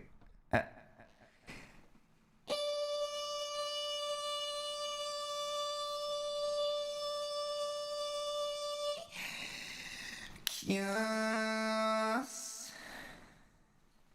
There we go. Yeah, it's Liverpool time, boys.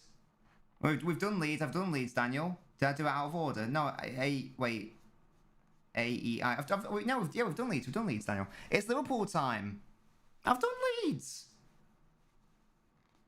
I've definitely done Leeds. I'm not insane. L-E-R. Wait, yeah, because I comes after E. That's how it works.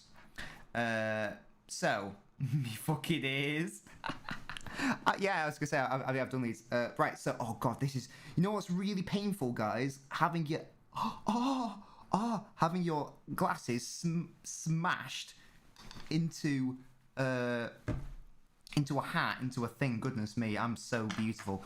Yeah. Right, so Monster says Aurier to Everton. Is that a thing? That could be an interesting one. Like Owen was saying that we need Owen was saying that they need a right back. So, who is a Liverpool fan that wants to? Oh wow, okay, we've got 4 people waiting. We've got 4 people waiting, right? So I'm just going to. I'm going to start it. Right, first thing I was going to say, guys, if I do pop a couple of you in at the time, remember to be courteous. Remember you are live. But I'm just going to do it one at a time for a start. Goodness me. Yes, Witter, we'll have a look at Drinkwater in a second. I'm sure. But yeah, so I'm going to start with Drill Hub. So Drill Hub, if you are ready, then I'm going to drag you over to the stream chat now. So I'm just going to bring up Liverpool's transfers on my screen just to confirm what the state of play is. Okay. Drill Hub, if you are there. Yeah, I'm here, mate. Hey. Get everyone in there. First of all, mate, how you doing? I'm doing good. How are you? Yeah, I'm great. Thank you. I'm chatting to my boys. I'm doing great. So, do you want to sort of just like very briefly just like run through Liverpool's transfer business, or do you just want to get straight into slating FSG? I'll get the stream up quick because I can't actually see it right now. Oh yeah, no worries at all. No I worries. think we should get everyone in there as well. I want this Harold guy to tell me. Yes, I'm sure that we will. I'm sure we'll have Right, a what's it. Is Baldy in the chat, by the way? Because I know Baldy wanted to come on as well to have a chat about FSG as well. So Baldy, if you are in the chat, pop in the general, and I can drag you in later. But yes, Drill Hub, it's up to you if you want to run me through the transfers, or if you just want to start slating FSG, or if they are there ain't many, interplayed. is there? What's that? There ain't many of them. Look at this beautiful man, Canate. Hello. I mean, that's a good one, but there's not enough, is there? It's ridiculous. Go on then. Sorry, Baldy is Harold. My bad. I didn't realise that. Go on then, Drill Hub. Before I pop in Baldy, who is gonna have a fight with you, but you know, a nice fight, I'm sure. Just like let me know, like why you're disappointed. What's going on? Like what more could have been done realistically? And don't say Mbappe, because that's not. I know you love Mbappe, but it ain't happening. So realistically, what are your issues with what's happened? Centre back, that should have been addressed last year. Okay. Kabak, we should have got him last summer, or just anyone. And then we've desperately needed attackers, midfield as well. Wijnaldum playing 50 games last season, and you don't replace him at all. And then putting all the weight on Elliot and all the young players, Curtis Jones as well. I just don't think it's right, to be honest. It looks good. I'm though, happy to be with fair. the players who have left. Yeah, he has been good, but I was just having a look at your outgoing. So Harry Wilson's the main one. I mean, he was never Liverpool quality, was that? That's fair enough. Gained 12 mil from him. Don't even know who that guy is. Not going to lie to you. Shaqiri. I mean, Stevie's going to be really upset because he loves Shaqiri. So he's obviously gone to Leon. I think Wijnaldum's going to be a big miss. Obviously, do you think more could have been done to keep hold of Genie? I don't know. I wanted him to stay, but Fairs. he's getting old. I don't know. No, that's all There's right. a reason why we didn't do it, and we're doing everyone else now. Yeah, well, Henderson recently signed a new deal, didn't he? Yeah. Yeah, that's a good one. Just interesting here is that latest rumours, Basuma, 48% chance of going to Liverpool from Brighton. Apparently, if that were to happen, would that be something that would make you happy? I would take him, but it's never going to happen, is it? There's no way we're getting anyone. Right, okay, so what I'm going to do now, Drill, if it's alright with you, shall I bring in Baldy and we can have an FSG discussion? Yeah, go on. Right, okay, so I'm going to drag Baldy in now. So, Baldy, you should be here. Do feel free to unmute yourself whenever you feel comfortable to do so. So right now I've got... Hello, but would you prefer I call you Baldy or Harold? Just call me Baldy. I don't know why my name's Harold. I don't really use Discord that much, to be honest with you. I did it a while ago. Yeah, well, I'll go Baldy then. Right, so these are the rules of engagement, gentlemen. Ultimately, play nice, obviously. But basically, Drill Hub is FSG out. I mean, you guys correct me if I'm wrong, but as far as I'm aware, Drill Hub is not happy with FSG, not happy with Liverpool's business, whereas Baldy thinks that FSG are doing a good or competent job and wants to keep them in as the owners. So I'm going to, because I've just been speaking to Drill Hub, so I'm going to start with the argument for FSG in. Because honestly, most of the views I've heard are FSG out, so it'd be interesting to hear that counter. And then I'm going to ask Drill to, do a counter in response, and maybe you can do a back and forth as well. But obviously, let's keep it civilized, guys. But yes, Baldy, go for it, mate. Yeah. All right. So I think the FSG thing, we need to go back to the start, which is obviously, I think it was 2010 when Liverpool were on the verge of bankruptcy. And Hitton Gillet, is a very familiar name for you, got us into, I think, this is a rough estimate, I think it was around 300 million. I'm willing to be held wrong for that, but I believe that was how much we got put into debt, which then FSG bought us, paid it off, and yeah, sorry. But yeah, I just think it's kind of silly to want the people that saved us out. And when the first thing they did when they came in was sack Roy Hodgson, which obviously proved to be a very good thing to do. They also brought in Jurgen Klopp, brought in Brendan Rodgers. Obviously, after the sacked Roy, they brought in K Dalglish, which steadied the ship. Yeah, I think there's a lot more positives than negatives. Obviously, the bad things they've done. You've got the Super League, the lack of investment, and obviously the trademarking of, I think it was Liverpool or LFC. Yeah, I'm not 100% on that one, but it was one of the two. And yeah, I just don't see it. I just don't see the reason we would want them out yet. And this summer, we've focused on renewing contracts. For example, we've renewed Henderson's recently. I can't remember who else we've renewed, but I know we've renewed a few more. And keeping those key players is huge. And I'd rather keep those, players than bring in someone like, Bissouma. I think we're linked with. Is it Bissouma?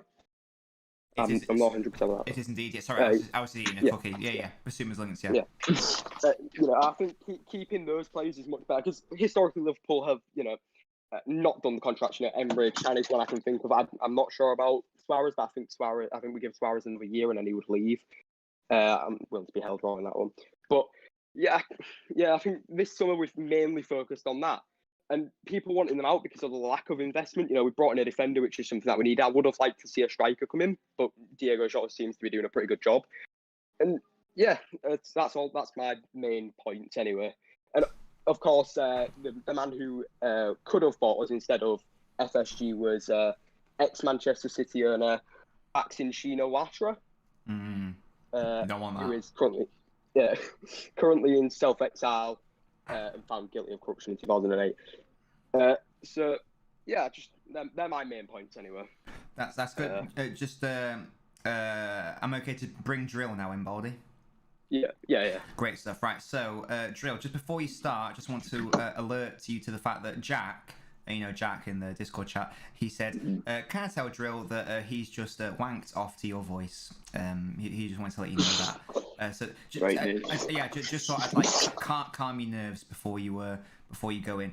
So Baldy's point is basically, FSG, they're not that bad, they're. So what's your counter to Baldy's reasoned thoughts? Well,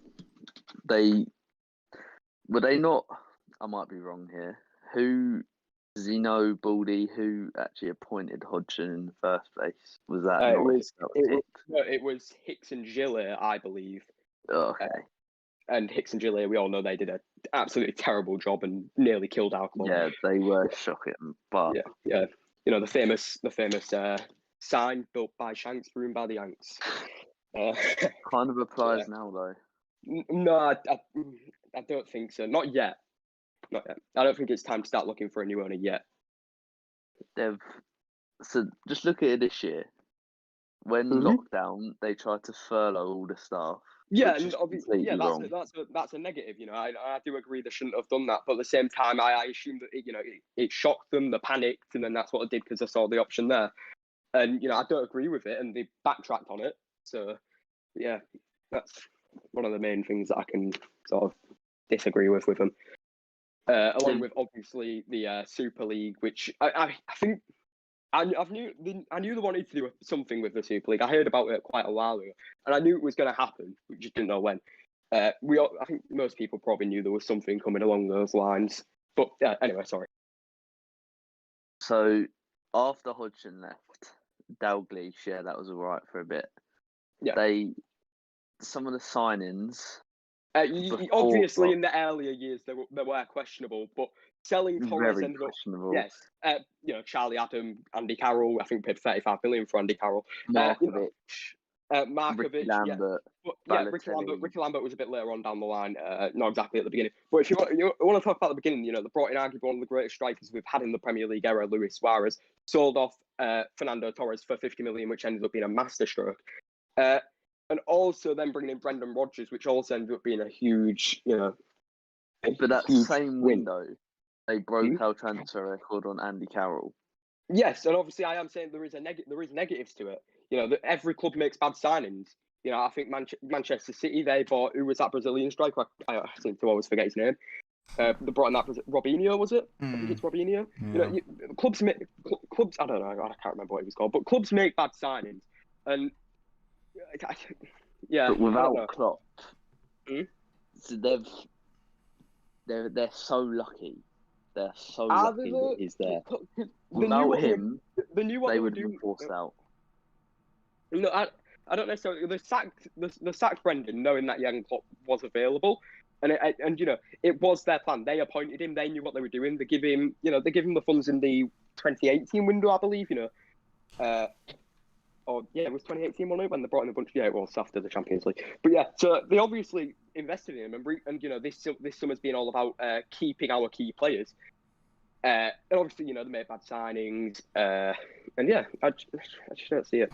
But now, this is the other point. Now it's about keeping the key players. At the start of this window, last window before, we're gonna have a massive rebuild. They promise to spend all this money. They put out all these yeah, they always do it. They always say I can think the only time they've promised is after the Super League. I think that's the only time they promised to make it right or something. I can't remember the exact thing. They said they would make it right.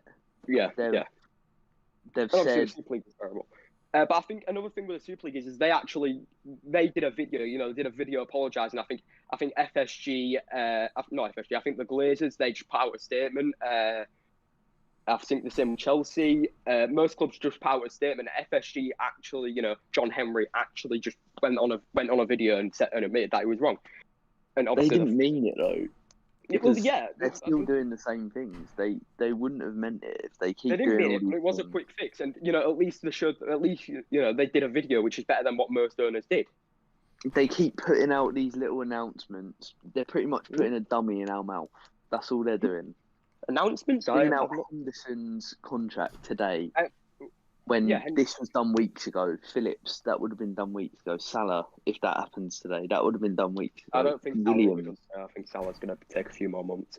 All of these things, they're done. They were done. They've just done that to stop us from thinking about transfers. That's all they want. Yeah, and it's smart because they're keeping the key players though.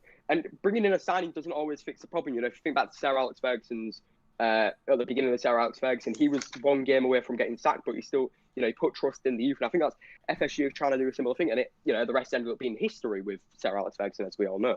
So signings don't fix everything. I think that's sort of the point I'm trying to make.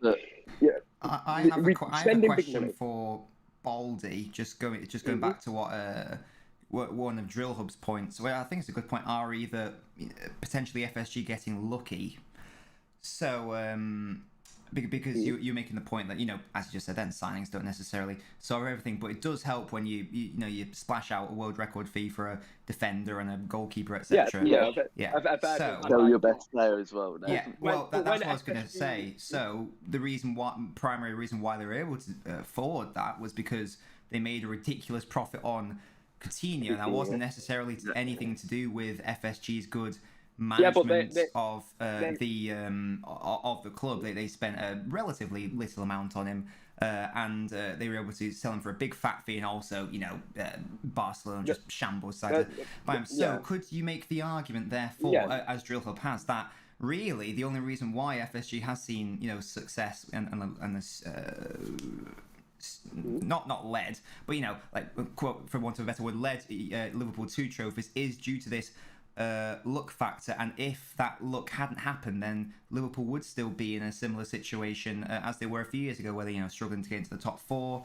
and genuinely competing for trophies. What were your thoughts on that? Well, I think that's what Drill Hub was saying earlier. Okay, right, fair enough. I don't really see the luck. If they're going to splash out 70 million, I think it was, for Van Dijk, they're going to be pretty sure he's going to be a good player. Same with Alisson. It's not luck, these signings. They all have data to suggest they're going to be good signings. I wasn't talking about luck in reference to that. I was talking about luck in reference to having the ability to afford those signings, because the only reason why they were able to afford them was because of the quote luck of the profits from Coutinho. Yeah, the Coutinho, but they reinvested that money. So they reinvested, I think it was 140 million. They reinvested it, so it's not like they're just not putting the money back into the club. They're not like the Glazers. They're not just taking money out. you know what I mean? They're not taking money out of the club. They're putting the money back in. They're trying to make it a self-sustainable club where we don't have to take out massive debts to bring in players, which is huge for the future of Liverpool. No, that's interesting. No, I don't really have a thought on it either way. I was just playing devil's advocate, to be honest. Drill Hub, do you have any sort of like final concluding points? Just because I want to get Stevie and Legend Monkey in here as well. I just think they've got to go, to be honest. For you, so Drill, Drill, what's the fundamental issue with FSG? Is it they're not spending enough money, or is it to do with the way they've handled the fans with the whole Super League thing, or what's like the main issue for you, mate? It's all of it together. All of it. Okay. I think the last year has like made it more apparent, and as well. Would you not say saving the clubs bigger than the Super League? Actually saving the club itself. Do you not say no? Really? That was good. But yeah, but you're saying that the Super League is worse than saving the actual club. It's debatable, to be fair, because there's other people that could do this. There's other people that the only other player that the only other person that was interested was Takshim Sinawatra, I think, and he's currently in self-exile and he's got found for corruption in 2008. So would we really have him over the FSG? Really? Definitely not, but there's definitely other people. There's other people. The net spend as well. Surely having a lower net spend's a good thing, because it shows that we're still staying at the top without a high net spend. When you spend money, it is, yeah, but not showing the quality of Jurgen Klopp. I just don't think like one sign in a window is not enough. One signing, but they've also kept a lot of key players this summer. This summer's they've kept a lot of key players, and the wage for some of these players last summer. Who signed a contract this summer? I think Henderson was one that did. He was on 7 million this summer. I think he's the other one I've got. I don't know if Alisson signed a new deal to do. Alisson did. Trent. He was on 8 million as of last year, so he's obviously got a bonus. Trent was on 9 million last year, so he'd have got an increase. They're spending a lot of money on just keeping these players. Right, guys. Sorry, I'm just gonna stop it there. Thank you guys so much for joining. Just because I want to get Legend Monkey and Stevie as well. It's been a good chat though. I don't personally have any thoughts on the FSG thing either way, but just I want one final thought from Drill, but I'm going to start with a final thought from Baldy. What would FSG have to do for you to sort of like become, more of an FSG out sort of guy? Get rid of Klopp now, and get rid of Klopp without a replacement ready. Sell off a lot of our good players and not reinvest into the club. I think that would be enough for me to go. You know what? Maybe it is time for these guys to go. Mm-hmm. Good stuff. And then Drill, one final thought for you. What would have to happen for you to sort of change your mind and go FSG in, apart from signing Mbappe? Just ambition. They've got no ambition. I think it's gone past the point of return, to be honest. Fairs. It's now been 4 years. I don't agree with that, but I know we have to end it. So. No worries. Well, if you guys want to keep chatting about it, you're more than welcome to. Like the one of the voice chats, you're more than welcome to keep having a chinwag. But yeah, guys, it's been really good. I think everyone in the chat's enjoyed it as well. No, I have. Thank you for joining me, and yeah, have a lovely rest of your evening, guys. You too. Well, I guess I'll be watching this for the rest of the evening. Bye, guys. Good to chat. Bye. Right, there we go. I'm going to bring in Legend Monkey and Stevie Hills, who've been waiting very patiently.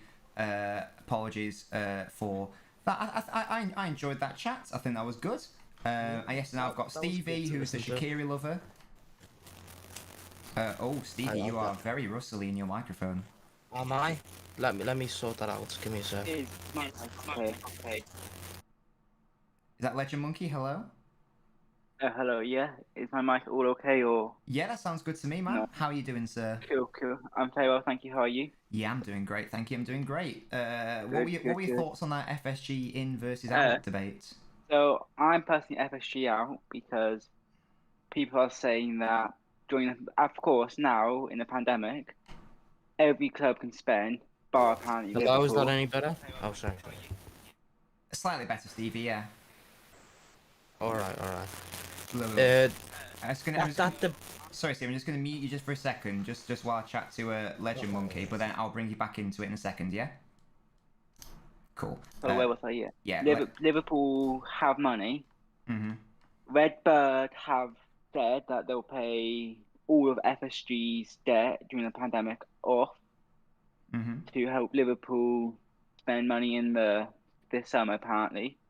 Mhm. But of course you can't really see that because all we signed is one player. Mhm. Yeah. FSG during the Super League were awful.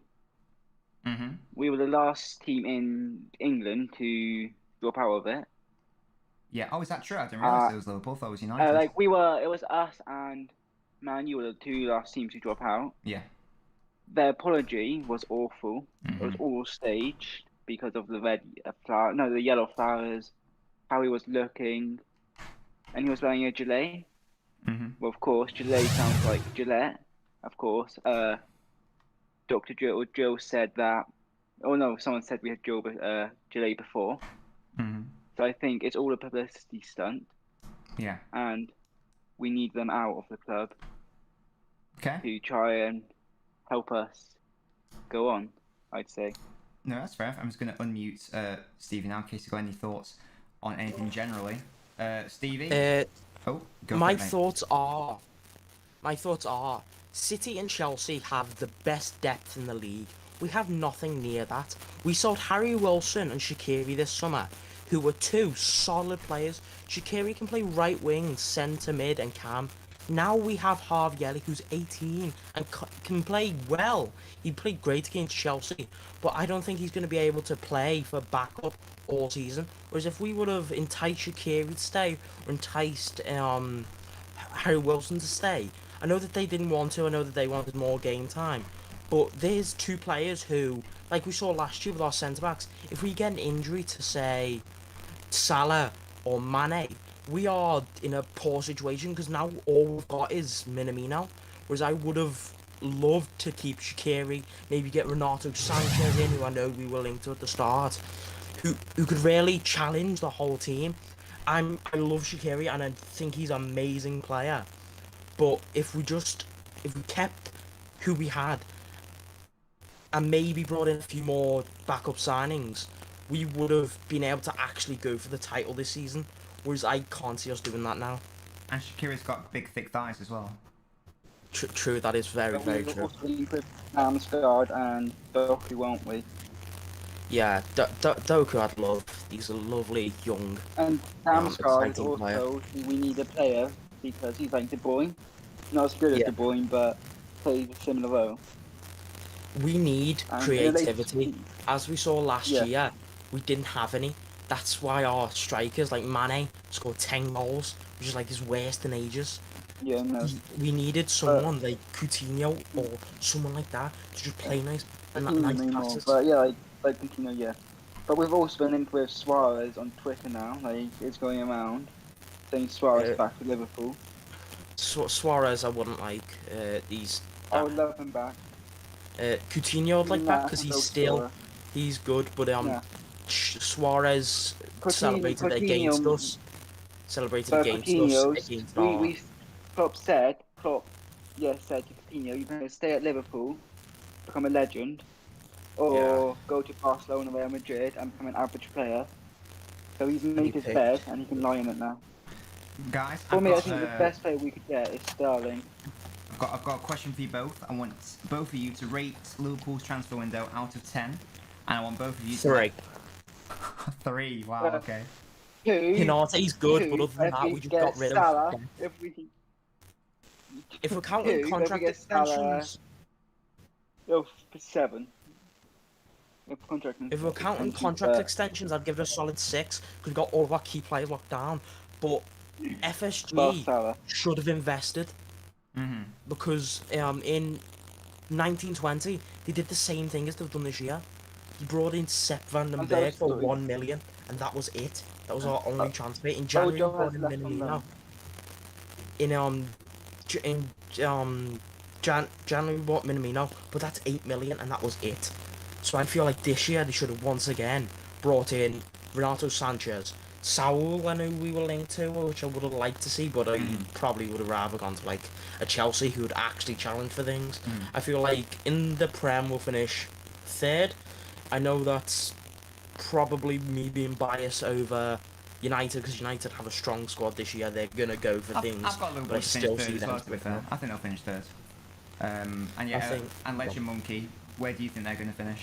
I think we're going to finish 2nd in the league, but we'll win the Champions League this year. Oh, that's bold from Legend Monkey. Because City and PSG don't have any experience in Europe, and Liverpool, of course, are one of the greatest teams in Europe of all time.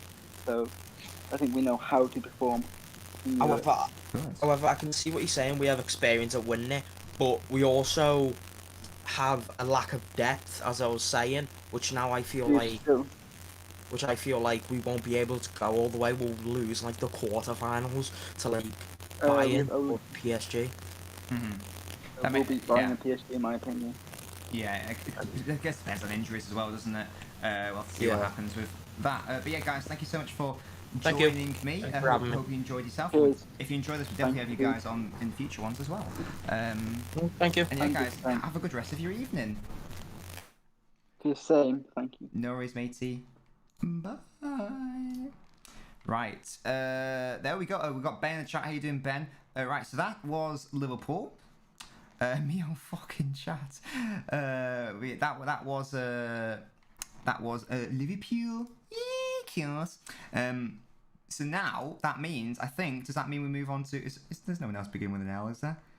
I think that's done. I have no idea how many teams we've actually gone through. Should I pick up the pace, guys? Like, is this boring to you, or do you enjoy the sort of like? I guess it depends. Like, if we've got, for example, I doubt we'd be talking about Southampton for long because we don't have anyone who's from Southampton here. But let me know if this is like a format you guys are enjoying, or if you think it's shit. Basically, because I don't know if I should be picking up the pace or not. I don't know if you guys want to look at other things. No worries at all, Leo. Thank you for joining us for as long as you did. There's 10 minutes to go in the transfer window, by the way. Scottish and French windows open for another hour. La Liga will shut up shop at 11 p.m. UK time. Will Sal's loan move get done in time? And looks like Serge Aurier is on his way out to Spurs. Probably not tonight, but he's in talks to cancel the contract, which would free him up to find a new club outside the window. Well then, and you guys seem to like it, so we'll keep doing it. But I believe, yeah, of course, Lewis. Yeah. It seems like a perfect opportunity, doesn't it? Transfer deadline day, have a chat about the team's business and stuff. But I think is it Man City next alphabetically? I'm a Man City fan. How convenient. Yeah. I don't know if there's anyone here who wants to chat about Man City. I think the Baldy, Legend Monkey, and Stevie just having a chat about Liverpool generally, which is great to see. And you guys, if you do want to have a chat with another Nobbins in the Discord server, you're more than welcome to. But do we have any Man City fans who would like to come on and chat to me? Otherwise, I'm more than happy to just chat about City's transfer window on my own. Let me know. Obviously, after this, it is Manchester United. I'm sure we'll have a few people who want to come on and have a chat. So until a City fan says that they want to come on, Kazoo, for example, I think he said he can't come on, doesn't want to rather, which is fair enough, of course. So I'm just gonna have a little chat, honestly, about Little City, as Lewis says. So in terms of like the main outgoings, I've discussed these before in my YouTube videos. Angelino technically counts as going, even though he went earlier, technically counts as this window. Harrison, not just nice to get a fee for him. Obviously, the Jadon Sancho deal also counts as money for City. Nemeka, or however you pronounce that guy's name, he was never going to make it at City. That's fine. Roberts again, he's just going out on loan all the time. No, it's all good. It's all good. I was chatting myself. dead. Eric Garcia didn't want to stay. I love Sergio Aguero. You guys know that. I wish he would have stayed. And I've never heard of some of these people, but that's just because they've gone on loan. So realistically, there weren't any massive outgoings for City aside from Aguero, but that wasn't actually a sale. That was just end of contracts. In terms of incomings, the main one clearly is Scott Carson. Look at this beautiful man. Look at him. This man is going to win Manchester City the Premier League crown. Confirmation of that being a thing. But no, yeah, like it's just loan deals. Carson free, whatever. Cakey, I genuinely never heard of this man. I forgot the City signed him. So I imagine that he's just going to go out on loan somewhere. Because he's only 18, deal for summer, yeah. He's 18 years old, from the Brazilian league. Wouldn't surprise me if he went out to one of City's sister clubs like Girona or New York City, somewhere like that, just to get some experience, or just like chilling in the elite development squad and maybe just sell him on for a profit in a few years' time, because City have done that with a few people. But the main one is obviously, all jokes aside, is obviously Jack Grealish, the British world record fee of £100 million for who was the most creative player per 90 minutes last season. Raj says Keiki touted as the next Neymar. Well, I'd love that to be true. Grealish, I think, has already had a very good start to his Man City career. He's got a goal and an assist every time I've seen him play. He's played very well. He's either been City's best or second or third best player every single time I've seen him play at the start. So I'm very happy he's at the club. As I say, per 90 minutes, most creative player in the league last season. Him and De Bruyne and Foden on the same side is kind of disgusting to think about. So I guess, really, from a City perspective, the more Aurier and Spurs mutually terminate contract. We were looking at that earlier, and it does say here, as you can see, Aurier potentially on his way out of Spurs, and I think that makes sense because Aurier's not good, is he? Honestly. But yes, Jack, that's our Jack, our eye in the sky. Thank you for letting us know about that, Jack. But as I was saying in reference to City, sort of the biggest thing, the biggest thing in terms of City's window is more of the lack of a signing. There is no striker. That was the Jack, stop it. There is no Harry Kane, Ronaldo, Martinez, whoever. City wanted to get Pep and City wanted a striker. As I say, flip-flops, Tangang has already overtaken Aurier, hasn't he? That's realistically is the only, quote, missing piece in City's jigsaw. Is it even a missing piece now? Because they've got Ferran Torres, who can apparently play there. Who'd have thought? I'm going to definitely do a YouTube video on the whole Jesus being a winger, apparently, and Torres being a striker, apparently. Ronaldo news. Yeah, here we go. What is your shoe size? Oh. Bullshit. Oh, where's my air horn? Here we go. Here we go. I don't know what that is. Here we go. Serge Aurier is fucking out of Spurs. There we go. Ronaldo to United confirmed. This is what United fans were saying about Ronaldo on Thursday. You little rat. And now they're going. See, this is how we do it. Yeah, so for City, lack of a signing is probably the biggest thing for them. But hopefully, well, from my perspective anyway, as we saw with Ferran Torres' performance against Arsenal and Norwich, maybe it's not such a big thing. He's a very young player. Ferran Torres already looking like an excellent signing for City. Leroy Sané's replacement, obviously, but potentially already a more clinical player than Leroy Sané. Who knows? But that's something we'll have to keep our eye on, isn't it? So now we move on to, I think, yes, it must be. It's Manchester United. No, I know, James. I know you didn't, but a lot of people did. Oh, here we go. Welcome to Arsenal, a done deal. And Arsenal fans will get excited about this because the Japanese man, Takehiro Tomiyasu, is officially an Arsenal player. The fee was agreed this morning and Arsenal now confirmed the deal is done. The Japan defender can play right back, joins from Bologna for £17 million. Tasty. Tasty. Not really that tasty, to be honest. But there we go. That's the signing that apparently happened as well. But yes, are there any United fans who want to talk about United? If so, well, it looks like there's still a Liverpool conversation in general. So maybe join game chat. If you want to come on. Yeah, exactly. That's what I'm saying. I don't know. Takahiro Tomiyasu. Looks like that's how it's pronounced. I don't know. I can already see Lewis is here. Lewis got here first, so Lewis is already being flung into the stream chat. Lewis, you are now officially live on the LNobbins Twitch and YouTube channel. How you doing, my mate? How you doing, mate? You alright? Yeah, I'm doing good. Thank you. Good to Can chat. you hear me all good? Yeah. Yeah. Your Cool. your voice is much deeper and confident than I imagined it would be. It's so fascinating to hear you guys talk. I always thought, not disrespecting you at all, but I just, in my head, your voice was slightly higher pitched. I don't know. But no, there you go, sorted. But yeah, Lewis. So I'm going to go to Manchester United's confirmed deals on the old transfer marks, and I basically just sort of like want you to tell me, as a United fan, what are your thoughts on United's window? Are you happy? Are you satisfied? Could more have been done? Go for it.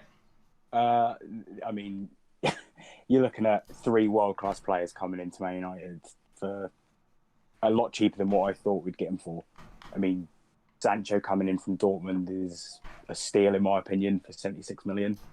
Varane, multiple-time Champions League winner, World Cup winner, for less than 40 million is a steal as well. And then obviously you got the big man Ronaldo coming back as well for basically nothing for a good couple of seasons. So I mean, you can't go wrong with that, in my opinion. And I think I might get a lot of you in, because I think quite a few United fans want to join. So we might talk about Ronaldo as a collective unit, because I've got some thoughts. I'd be interested to see what your thoughts are on it as well. But it's obviously the big gaping gap in United's transfer business is the fact that there is no central midfielder who is, a potential defensive midfielder for United. I know that Saul Niguez was potentially looked. In fact, it says here there was a 41% chance of him going to United, but it looks like it's going to Chelsea more likely. For me, Lewis, I don't know about you, but central midfield was United's position that they had to strengthen. Maybe centre half was like, but like priority for me. If I was a United fan, I wouldn't have got Jadon Sancho first. I would have tried to get someone, a defensive midfielder. So, what are your thoughts on that lack of defensive midfield? And also, by the way, transfer window is officially closed, but I think there will be some. If a deal has gone through, then it can still be finalised. But yeah, that's transfer deadline day 40. Yeah. So, Lewis. Yeah, I think we needed someone like Wilfred Ndidi to come in, who's proven himself in the Premier League already.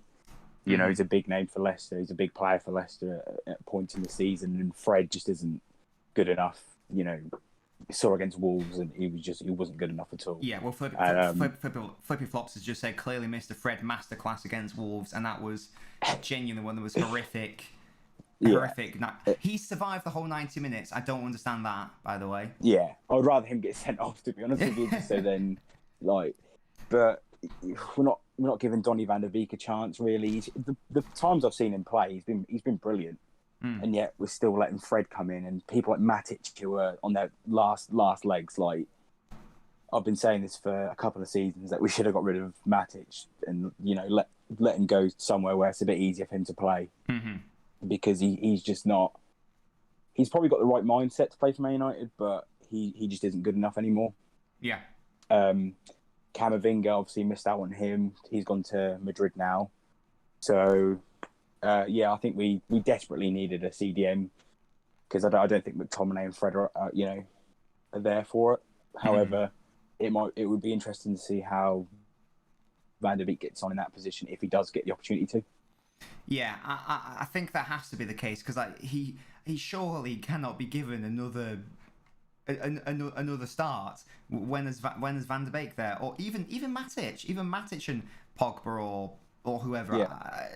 It just doesn't make the Fred experiment has failed clearly. I just don't really understand it. I'm gonna bring James in along with you, Lewis. So don't feel like you have to go anywhere. But just before I do that, and we can have a discussion on Ronaldo generally maybe. Just want your thoughts on Sancho. He struggled so far, but I think that's because of a lack of service rather than a lack of anything to do with his own ability. I think he's gonna have a great season. I think he's gonna get like double digits assists and goals for United. How excited are you to see Sancho, and what do you think he can achieve, from a personal standpoint, like in terms of goals and assists with United this season? I think we've brought in a top player. I mean, the minimal minutes he got for England, he looked sharp. He looked really good. From what I've seen from him at Dortmund, him and Haaland linking up, that's something to be excited about with him and Ronaldo possibly. He's just so attacking minded. He drives at defences. He's just. I think he's the right player for Man United. Mm-hmm. He wants to win stuff. He doesn't want to leave empty-handed with no trophy or anything. He's got the right mindset, and he's only 21 years old, and he's got that mindset already. So I think we've brought a top quality player in. I totally agree. I think it's going to be a right side of that front three was where United needs to strengthen, and they did do. So fair play to them. I think it's a very good signing. I'm just going to bring in James. James, I know you get frisky in the Discord chat. Yeah, one chance. Don't say anything mental, James. But I'm bringing you in now. Lewis, you're more than welcome to stay. We could just have like a general United chat. Then I am going to bring in Ben as well, and then we can have a little three-way United sesh going on. Maybe just have a general chat about Ronaldo. But yeah, James, you are in the stream chat. So feel free to unmute yourself whenever you feel comfortable. And if you'd like to have a chat on stream, you're more than welcome to. But I can see you've muted yourself. But yeah, hey James, how you doing? Hola. Sorry? Hola. Sorry, I didn't catch that. Hola? Yes. Oh, okay, fair enough. James, how you doing, mate? I'm alright. Excellent stuff. Yes, we've got James, we've got Lewis, and Ben. I'll bring you in very shortly. But yeah, James, I think you want to talk about Ronaldo specifically, do you?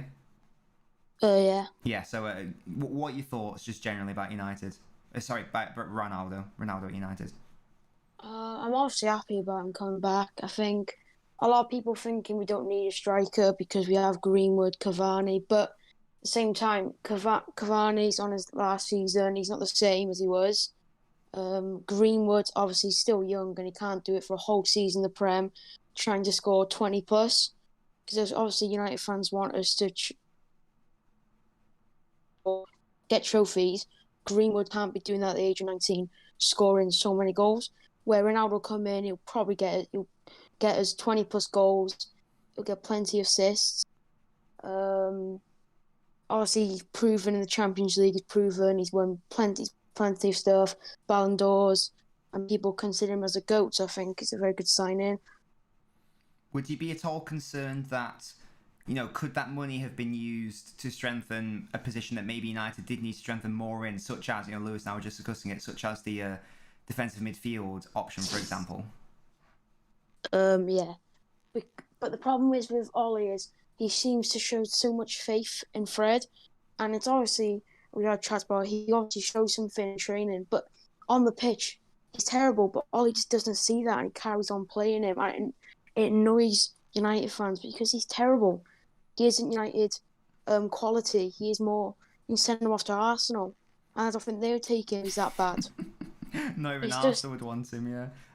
No, he's terrible. Right, well, what is it then? Like, Lewis and James want both, and Ben, by the way, and they're saying let us in. I was waiting to bring you in a few minutes time. So hop back in general chat, Ben, and I'll bring you in. But yeah, this is a question to both Lewis and James. The Fred we just discussed that we all know he's bad. We all know he's not good enough. We all know he's not up to scratch. Why is he still playing every single game? It seems, and why is Van der Beek not getting any game time? Like, what's your sort of hypothesis? Like, why is it happening? I'll start with Lewis and I'll come to James. Personally, I think maybe to an extent Solskjaer regrets buying Van der Beek. That could be due to a lack of a potential he sees in him, or lack of confidence, because obviously coming from the Dutch league to the Premier League is a big step, but then you also have to look at Fred coming from, like, I think it was the Ukrainian league coming into the Prem, which is equally as I know no players that play in the Ukrainian league currently. So I mean, I think the only thing I do like about Fred is that he doesn't stop running. He's got a lot of energy to get the ball back. However, he is just so you're bound to get 3, 4, 5 mistakes out of him a game, I think. Yeah, and it's just an interesting thing that I'm going to bring James in here. It's just an interesting one that you say about you mentioned the Ukrainian league, and that's where Fernandinho came from actually. And City were looking at Fred at one point, and then they basically just backed off him. James, does it sort of concern you that United policy basically was to sign a player that City looked at and then didn't fancy? If it was that United bought him because maybe City were after him, they're also spending 50 million on a player of his quality. He's terrible. He's more 20 million. I think obviously the 50 million comes from United because they know we will spend that. Say a lower club like, I don't know, just a mid-table like an Everton came in for him, they'd ask for 25. But because United or City, they'll ask for 50 because they know they'll pay it. A lot of teams do it sneaky. Yeah. No, it's that United tax, isn't it? I'm just going to throw in Ben into the equation. So we've now got 3 United fans all on the chat at once. Ben, whenever you're ready, feel free to unmute. Excuse me, I just nearly did a disgusting burp then. But yes, wait, there we go. Ben, how you doing, mate? Doing all right. Lovely stuff. I have to be quiet because my parents in the other room. No worries at all. Yeah. So Ben, what are your? So we've just discussed with Lewis and James about the whole Fred situation being genuinely awful. What are your overriding thoughts on this transfer window so far? Well, just ultimately from United. From a United point of view, I'd say about out of 10, I'd say about a 7 maybe, 7 or 8 because we haven't signed a CDM obviously, and I'd say that's probably the position we needed the most. And agreed. It's disappointing, really, not signing one, But... Yeah, and just going back to and again, Lewis and James, feel free to chip in whenever you want to. Signing Ronaldo, to me, I do want to do a video on this, but to me, it seems to me the main reason why they signed Ronaldo was purely to prevent another club from having him. And if that's the main reason why you're signing a player, I would be worried if that was like the driving, reasoning for signing a player. And I just feel like maybe that money could have been, funneled towards someone in the mold of, Camavinga, who's gone to Real Madrid tonight, or not necessarily these players, but Rice, Kante, Goretzka, etc.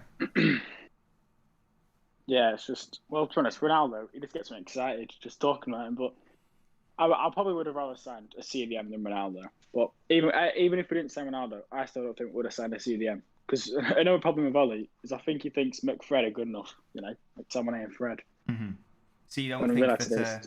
So for you, it wasn't an either or, it was just, one scenario, we don't get a defensive mid, but we get Ronaldo. Other situation, we don't get defensive mid, we don't get Ronaldo.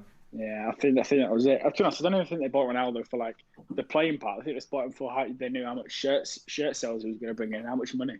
Obviously, he's on a high wage, but to bring him in for 20 mil, and I think they're just looking at the financial point of view. To be honest, with how much he brings to the club, just him joining. Do you think it was also like a sort of publicity sort of thing of, the United fans would never forgive?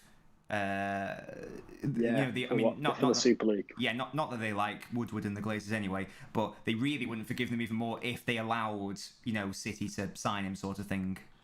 Yeah, it's also a bad thing because I'm pretty sure they have won over a few fans who don't really understand how bad they are. I think they've won them over by all the transfers this summer, but that's another bad thing. But obviously good for them.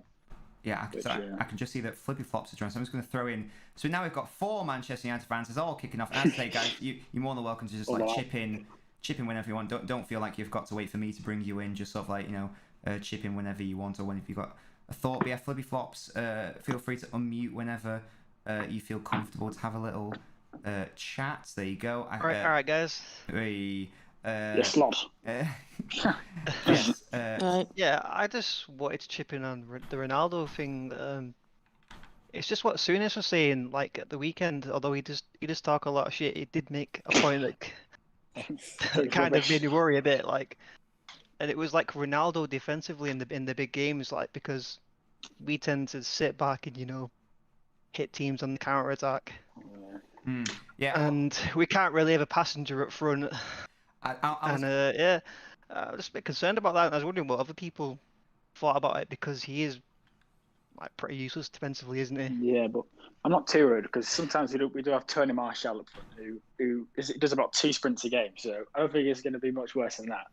But obviously with Cavani, he does bring a bit more. Yeah, it's an interesting one. I'll ask Lewis and James next their thoughts on, could Ronaldo potentially be a bad transfer long term? Because I was looking at that Wolves game, for example, and even the Southampton game, and the reason why I know the United didn't lose either games, but they got quite lucky against Wolves. But the reason why they struggled, if Ronaldo was in the side, I don't think United would struggle like less, because Ronaldo isn't 28 anymore. He's not that pacey, tricky winger who's going to contribute defensively and beat a man, whatever. He is an out-and-out poacher, goal scorer, brilliant, clinical, lovely, but he's not going to create much himself. He's going to be totally reliant on other people to create for him. He's reserving his energy. He's 36 years old, so he's just going to be in and around the box, potentially linking up play, but not necessarily. Definitely not getting involved defensively. So just like I just wanted, so Flippy Flops has raised his concerns about that. I think Ben has echoed that. Like Lewis and James, do you have any worries about the potential negative aspects of the Ronaldo deal? I think, like you were saying, to be honest with you, he's not going to be that young winger that came into the league and tore it up, going past defenders, doing skills and that. He is just going to be in the penalty box, poaching the goals in. He might do well statistically, but he's not going to be that young player that we brought in 2003.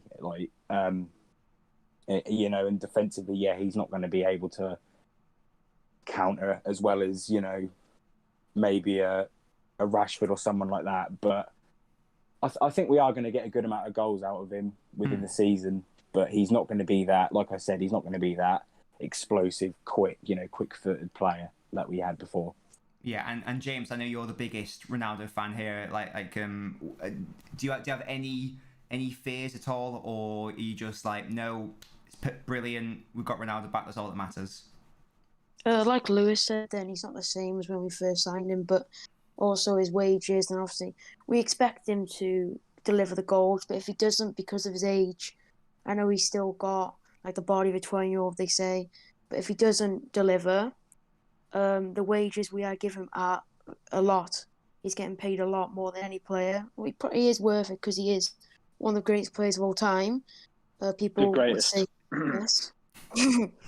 Of course, there's bonuses of it. After watching the Wolves game, Greenwood was our striker, and he was on the wing, whipping crosses to Dan James. Mm-hmm. Where now we've signed Ronaldo, he will be in the box. Greenwood will be whipping the balls into him. He'll be scoring headers, tap-ins, where Greenwood was going out wide and James going into the box. And I've just got one final question that I'd like everyone to get involved with, just because you mentioned Greenwood. Then, are any of you guys concerned about the potential development of Mason Greenwood, who obviously long term is going to be hopefully a central striker, or do you see it sort of as a positive that Greenwood is going to be learning from Cavani and Ronaldo? James, I'll start with you if that's all right. Yeah, I think he won't get as much game time. I think he will still play. He'll have rotation with players like Rashford, Sancho, because they can't play every game. But I think he will learn. It'll be very good for him to learn off Ronaldo and Cavani, because they are both very experienced. They know where they know how to score. They've been around. They've been playing for years now. And so it will just help him with confidence, and the areas where he needs to improve, they can help him with that. Good stuff. Flippy Flops, I'll come to you next. Same question to you, basically, about Greenwood. Could it be a help? Could it be a hindrance? I'm just probably going to reiterate what James said. I think it will be a hindrance in the sense that he will get less game time, but also it can't hurt to be around Ronaldo, Cavani, training with them, learning from them, seeing the standards they set, etc. Yeah, for sure. And also just on Ronaldo, I just wanted to add, I wouldn't bet against him. I still think against the lesser teams he will just bag loads of goals. Like I would never bet against Ronaldo. That's what the guy does, you know. But, Good go. but it's just the bigger games defensively. I'm just a little bit concerned. That's all. Yeah. That's it really. Lewis and Ben, any final thoughts? Just not necessarily on Ronaldo or Greenwood, just generally on United. Well, for Greenwood, I think just because he's so clear of Foden, it won't really matter what happens with Ronaldo. He's just that good. No, but I think Ronaldo will actually help him more than hinder him. Learning from the best player ever, you can't go wrong, can you? Obviously, you're going to get a bit less playing time, but especially in training behind the scenes, teaching him the ways to be the best ever. It's not going to go wrong, is it? It's hard to drop him when he's scoring as well. He's scored in every game so far. So I reckon like he will 9 in the last 11 games. Sorry. Yeah, I don't think he'll drop him instantly. Cool. Spitting facts. And then Lewis, final thoughts from you, mate? Yeah, to be fair, I agree with the rest of the lads. It's not like a bad person to have come in to, teaching the ways of football. As probably the greatest goal scorer of all time. You've got Cavani there, and people forget that Solskjaer was a striker for Man United as well, so he knows what it takes to win big games, and he can even help him as well. So he's got 3, pretty good people to look up to when he's playing. But obviously, performances, he's been brilliant so far this season. However, they might, reduce as the season goes on because Ronaldo, Rashford, Sancho playing in them sort of positions. But yeah, he's going to be learning from one of the best to do it, I think. So I think that's a good move. Fair right, enough. well, Sorry, Nobbins, I'm going to reverse the role there. Ask you a question, right? What's your thoughts on Bruno being miles clear of KDB? Right. That's all we've got time for on the Manchester United chat. It's been great chatting to you all. Hope you God's sake. It's been great chatting to you all. Just before you all go, I want a one-word answer from each of you. Rate, or a number rather, rate United transfer window out of 10, starting with Lewis. 8. Flippy flops. 21 out of 10 because 21 is coming, lads. 7. James. 69. Perfect answer. Great stuff. Good lad. Yeah. Right. Lovely stuff. Right, guys. I'm gonna love you and leave you because we're moving on to whoever is next. Love you too. Yeah, guys. See you later, guys. Have a good rest See of you, your week, boys. guys. Yes. There we go. What's this, Jackson? Nobbins, apparently Griezmann to Atletico could fall through, which will lead to... I don't know why I've got this out. Which will lead to South and Chelsea falling through. Well, Dean says it won't fall. It's been confirmed, not officially, not put under the systems. Nobbins to PSG. That'll be a very interesting one. You support Liverpool, Spain with no S, St. Max. Yeah, it's a good chat, guys. And next up, we have... Who is next? I hope you guys enjoyed the chat. And yeah, I think you guys like this format, so we'll keep... Well, I'm sure we can keep doing this in the future. In January transfer window, who knows as well. But I think, is it Norwich next? Is it the mighty Norwich? And I know for a fact I don't have any Norwich fans who, come to these streams. So I'm just going to have to give a real quick look at the whole Norwich situation going on there. Right, so here we go. Right, so Norwich, who have we got? Departures.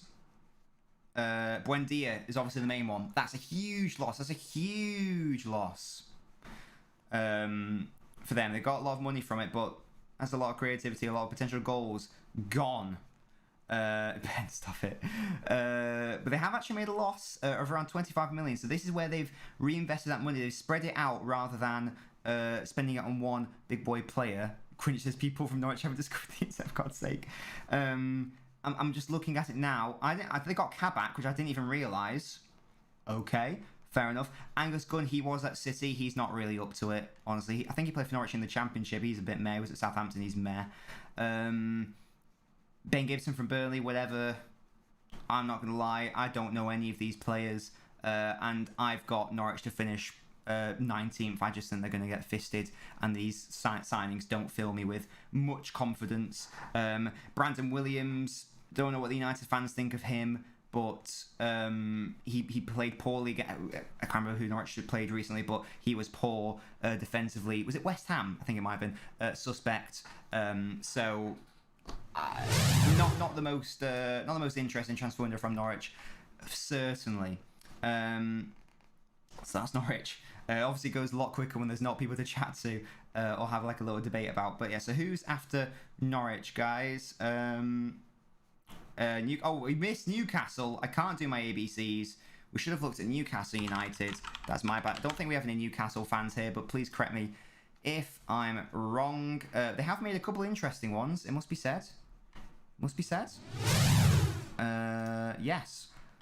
Willock being the main one, around £25 million from Arsenal. Could be a good one for them, but that's it really. Atsu's meh. Longstaff's gone on loan, has he? Okay. Oh no, end of loan. Never mind. So he's come back. But yeah, so Willock is the only one who signed. I do worry about Newcastle. Honestly, they've had a woeful start to the season in relative terms. They're heavily reliant on Callum Wilson. And is Joe Willock the solution to their issues? Probably not. I think it's a good deal for both sides, though. He was never going to get any game time at Arsenal, was he? So that's fair enough. And yeah, hopefully he does well. But I don't know how good Joe Willock is, honestly. Cringe. But yeah, that's Newcastle. That's Newcastle for you. We are soaring through these. Now, PSG about to finish their transfer window with a flourish, signing Nuno Mendes on a loan-to-buy deal from Sporting. Nuno Mendes' paperwork have been signed in time. He's joining PSG on loan. €4 million with a buy option for €40 million from Sporting. Confirmed. I know that City were apparently in for him as well. Patrick Roberts heading to partner club Troyes in League 1. Oh yeah, that's and also Tommy Doyle for Man City went on loan to Hamburg, I think. And it looks like Sandler, who's also a City player, has also gone to sister club Troyes. That's good. But yeah, really interesting one. PSG. On paper, I think we'll have a look at all PSG signings.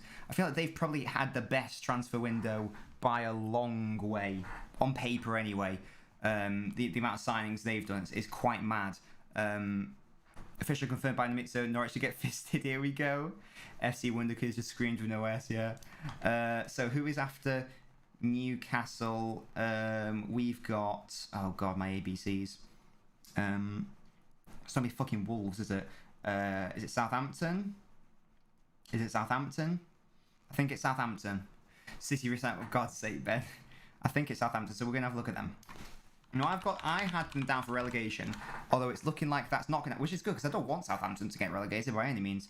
But it wasn't looking good for them in terms of signings. So let's just have a look at what's happening there.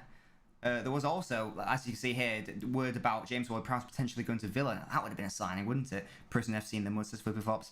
Absolutely. The main one, obviously, Danny Ings has gone and Vestergaard has gone. That's huge. I think that's huge for them. Lamina's gone. I didn't actually realise that. Lamina's a great player, or was anyway, so I think they've lost a lot of strength in terms of their overall squad. They've obviously got Adam Armstrong, but I don't know much about him. James says that was nice. Yeah, good to have you on, James. Yeah, Adam Armstrong, don't know much about him. He scored a goal already, which is nice. They've got Brian the left back, Brian the centre half to replace Vestergaard, but they looked good against United. In fairness, James Ward-Prowse staying there is huge, but I think at best Southampton are looking at like a lower mid-table sort of thing. Honestly, Harvey Elliott is better than Messi, says Quinch. But now next, who is next after Southampton? Is it Tottenham?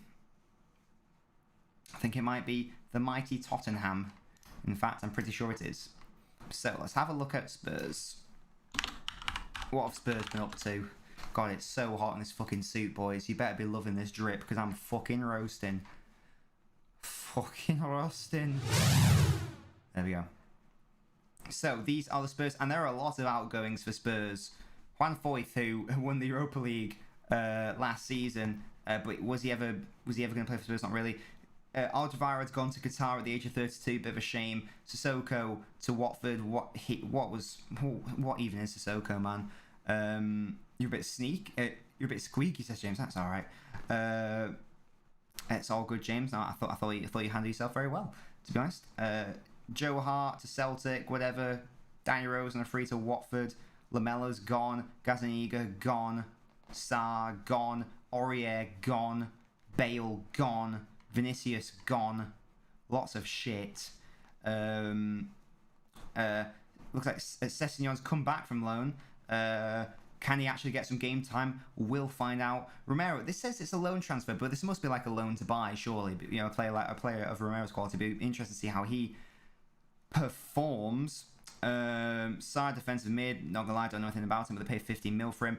Emerson Royal's a really weird one. I understand that they need a replacement for Aurier, but I don't understand what Barcelona, because he joined Barcelona this transfer window. He was like a player beforehand, I think, and like Barcelona exercised their option to bring him back, but Barcelona brought him back just to sell him on. Really weird situation. What's that? I should collab with El Brook, only City fan apart from you. I've seen on TikTok. Who is El Brook? Let me know. But yes, Brian Gill. I'd be lying to you if I told you I knew anything about Brian. That is not a Spanish name. That is literally, his name is Brian. Who turned into a shark team. Ugh.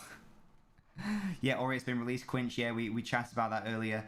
Just a really weird. In fact, here it is. Potentially. Here we go. Saul and Griezmann deals in doubt. So as James was saying earlier. Sky reporting a late twist in the deals to bring Saul to Chelsea on loan and onto Griezmann back to Atletico. It sounds like admin issues in Spain mean it's now a race against time to get the deals over the line, and that is why I'm going to be staying. I'm going to be staying here until it's officially closed, you know, properly, which I think will be like 12, maybe even 1 a.m. She's a TikTok creator. I'll have a look. They got Emerson on a free and then sold him for 30 mil. No, I think they did pay something for him, because I remember researching it from a Barca video. Ben says, can I sing sign Grealish? Nah, I'd rather have Grealish and Cristiano. Hello. Penaldo, more like. Do you know what I mean? Ha ha ha ha. But yes, so that is Spurs. Goodness me, I just clicked all the buttons on my keyboard. And also, yes, Stevie, I'm doing well, thank you. How about yourself? Hope you liked the chat earlier. I'm a bit disappointed we didn't get a year course from you. But there we go. Yeah, they definitely made a profit on Emerson for sure. And obviously with Spurs, Harry Kane not going, could that be a signing in itself? I don't know. Did you guys like it when I just like got a drill hub and Baldy in just so I could eat some cookies? I thought that was a pretty good play by your boy. Who are we looking at next? Spurs. We got West Ham, Watford, and Wolves.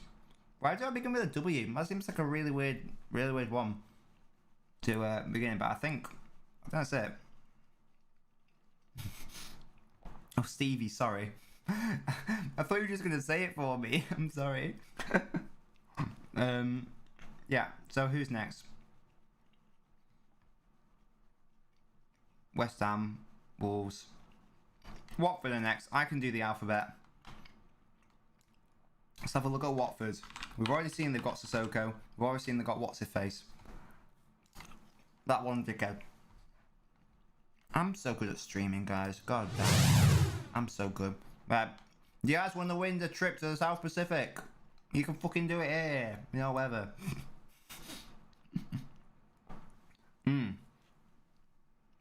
Oh, guys, if you want to ask questions, by the way, go for it. Butts asks, is it a failure of a summer for City? That's a very good question. I think relative... No, they're just Morrison's cookies. They're very good. Relative to City's... what's the word? Ambition and aim of getting a striker, because they wanted both Kane and Grealish, that was the aim, then yes, absolutely is a failure.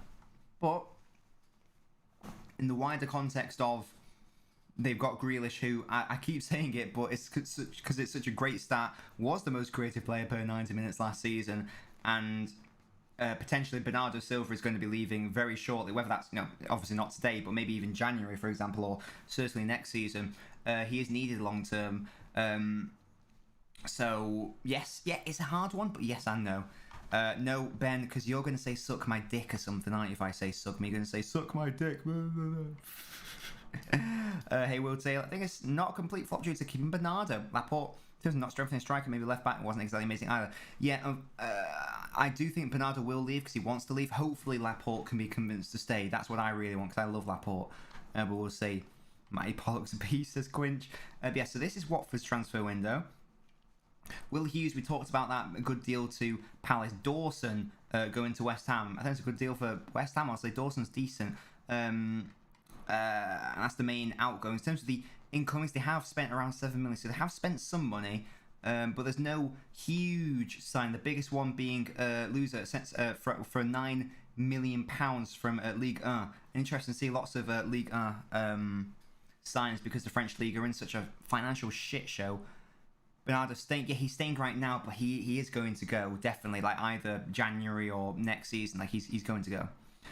Great to keep him. He's a true professional. Yeah, Bernardo will always give it his all. He's a great player, Bernardo. So I've got an update here. It sounds like the Saul loan deal will go through. The holder was due to a problem with the Spanish online transfer system. Bring back the facts. So there we go. Hey, the baby. So it does look like Saul and Griezmann deals will be fine. But yeah, so that's an interesting one. So they've got Sissoko from Spurs. I've never rated Sissoko. I still don't really understand what he does. Emmanuel Dennis, don't know anything about him from Bruges. All I know about Bruges is City have got them in the Champions League. Danny Rose, sure. He's passed it a bit, but fine. I recognise you, Ashley Fletcher. Wasn't he in like the Sunderland Till I Die documentary? I feel like I remember him. I might have got that wrong. Josh King, though. He could be good. He was good at Bournemouth. Failed at Everton, but could be good there. But yeah, lots of sort of just sort of like a lot of signings thrown in there. I would worry about the cohesion. But we'll have to, and I do have Watford for relegation, so we'll have to see. I did decide in my okay. This is your Wi-Fi Madrid. Yes, Jack, we were looking at that before. Yes, so the whole was due to a problem with the Spanish online transfer system, but yeah, that should be fine, shouldn't it? Opinions on what? I don't know. I genuinely don't know who that is. An additional 20 minutes. Yeah, I'm sure it'll be fine. I'm sure the deals will be fine in the end. But yeah, so that's Watford. I think that leaves us with the final team to look at. I think Flippy Flops is a great question. I think I saw him play like a couple times. In fact, I'm gonna have a look right now. I'm pretty sure he played like maybe 8 times in the league or something. I can tell you exactly how many league games he has. Madrid's got Neto dial-up confirmed. He played 11 league games for Everton, 0 goals, which is just sad, isn't it? Because he was really good for Bournemouth, especially that one season. He was really good. So I don't really know what happened there, but it's a thing. But yeah, so now the last club in the Premier League anyway is Wolves, and then we'll have a look at PSG because like their transfer window is absolutely mad, isn't it? But it is confirmation that Madrid do have Neto dial-up 100%. 100%. So yeah, this is Wolves' transfer window. They obviously lost Nuno, their manager. They've got Bruno Lage in, or however the fuck you pronounce his name. Key outgoings. Rui Patricio, I guess, was the starting goalkeeper. Now he's not. But Wolves do what Wolves do, and they replaced the Portuguese goalkeeper with a Portuguese goalkeeper in Sarr, and he was shit against Manchester United, absolutely shit. Definitely should have saved that Greenwood shot, but there you go. I can't have nice things, it seems.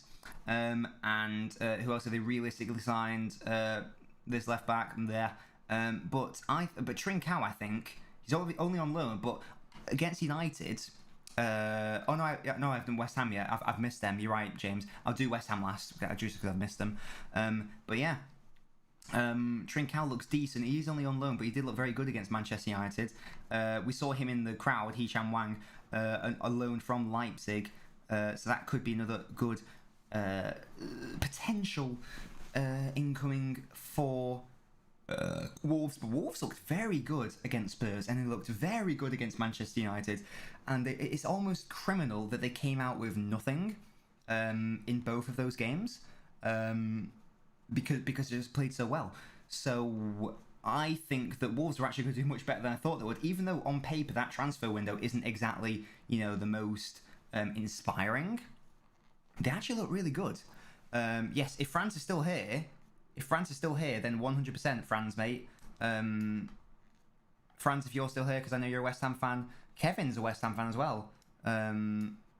Yeah, I don't know what the other Wolves game was, but yeah, they've had a really good and unfortunate start to the season, but hopefully they can pick it up a little bit. Yeah, 0 points with Arsenal, as you say. But if I was a Wolves fan, I wouldn't be worried because they played really well in the games that I did see. So I think they'll be good. There was rumour about Adama Traore going to Spurs, but they've been able to keep hold of him. No idea how likely that deal was, by the way, whether there was any substance in that rumour or whether it was just a rumour. But good for them to keep hold of him. And then, as we all know, we're going to end on, for the Premier League anyway, we're going to end on West Ham. Thank you, James, for seeing you tag him, much appreciated. And yeah, if Franz wants to come on, he's more than welcome to come on. Depressed because Liverpool didn't sign anyone, but at least we can laugh at Arsenal. To be fair, he got what's it called? Kanate. I think West Ham have had a very good transfer window. A very good transfer window in relative terms. They've looked good this. They've looked good this. No, it's all James. He's probably busy. I think he lives in America. West Ham. I think he lives in America, so he'll be maybe 8 hours behind. So he might still be in school. I don't know what the rules are. But as Flippy Flop says, this is West Ham. Flippy Anderson, it was a bit of a shame, wasn't he? He was a bit of a waste. Shall I do this? Would it be cheeky as fuck if I just undid that top button for you guys? What do you reckon? Oh, look at that. Look at that. Shall I pop the collar as well? Shall I go full Harry Hill? What do you guys reckon? What do you think? Look at that. Oh, look at that. I'm just such a beautiful human being. I swear to God. Look at that. Oh, yeah. I'm feeling myself right now in more ways than one. There we go. Look at that. I've gone for the Harry Hill look with the open collar. Boner alert. There you go. You see, this is how we do it.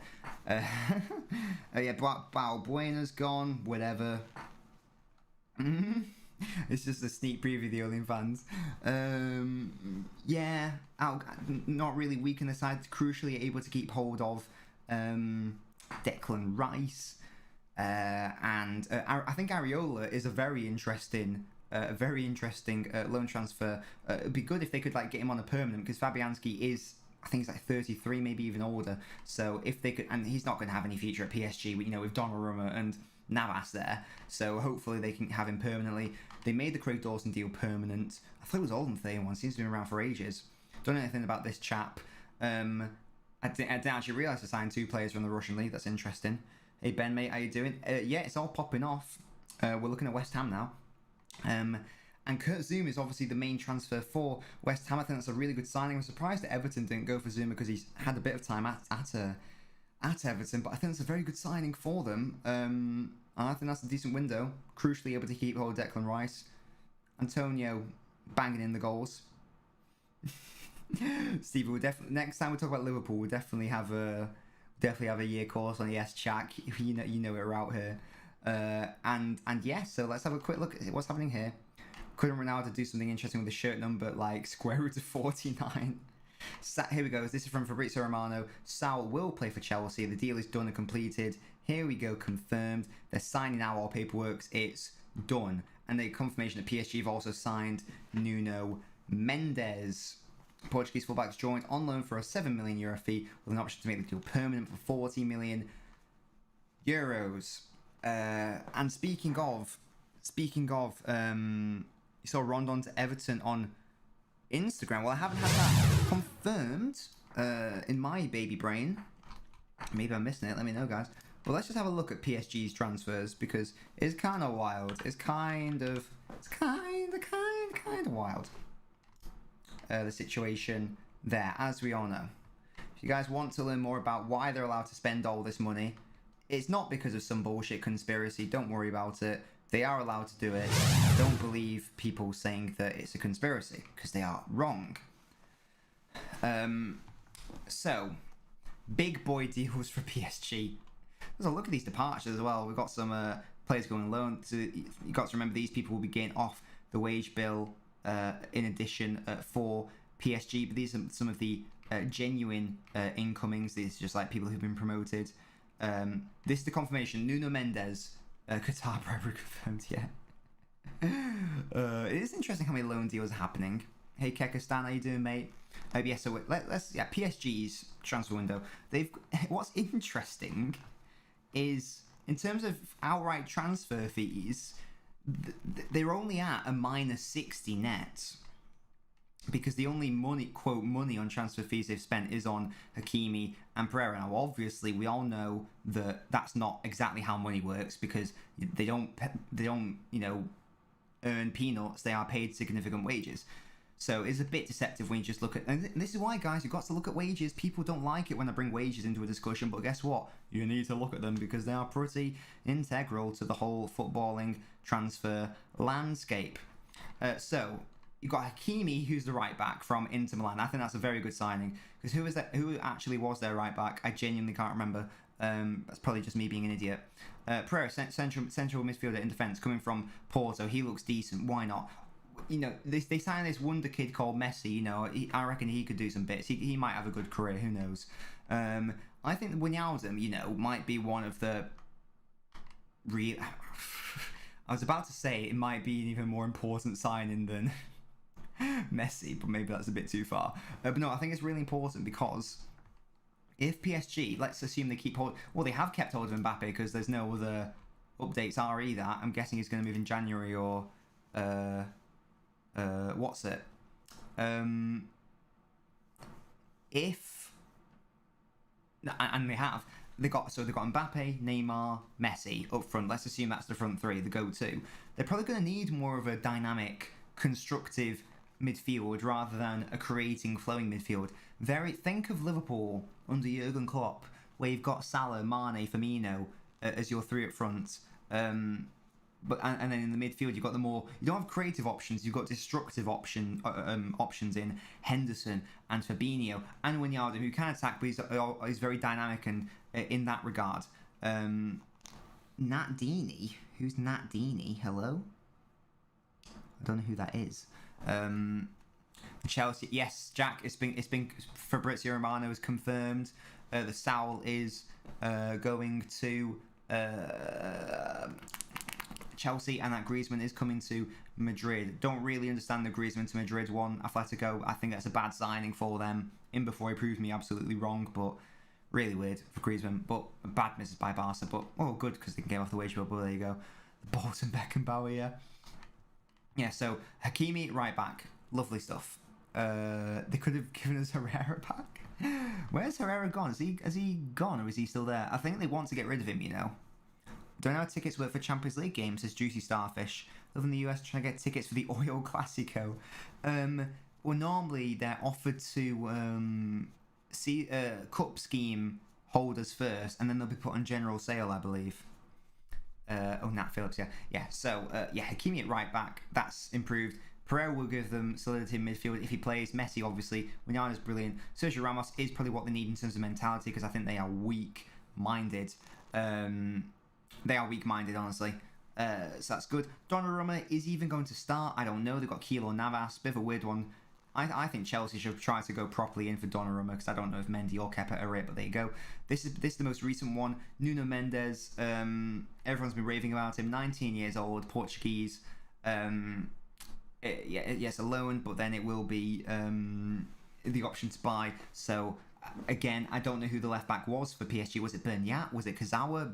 So they've strengthened both left back and right back, and options in midfield with Pereira and Wijnaldum, and options at goalkeeper with Donnarumma, and options at centre half with Ramos. So Ramos and Kimpembe. So you've got Ramos. So you're starting 11. You can have one of Donnarumma or Keylor Navas, Nuno Mendes, Hakimi on the right, Ramos and Kimpembe in the middle, and then in the midfield three You could have probably Wijnaldum, Verratti, and you could throw in Pereira if you wanted, or you could go mental and just throw Di Maria in there if you wanted to go all out attacking, or there's other options in there as well. And obviously Messi, Neymar, Mbappe. I think in terms of like, you know, what's that basketball side called?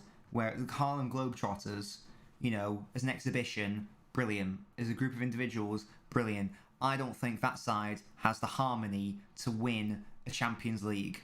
I keep saying this, and I'm willing to be proven wrong by the end of the season, if and when. Marquinhos, that's the other one I forgot, flippy flops, absolutely. Although, to be fair, does Marquinhos start over Kimpembe? I actually don't know the answer to that.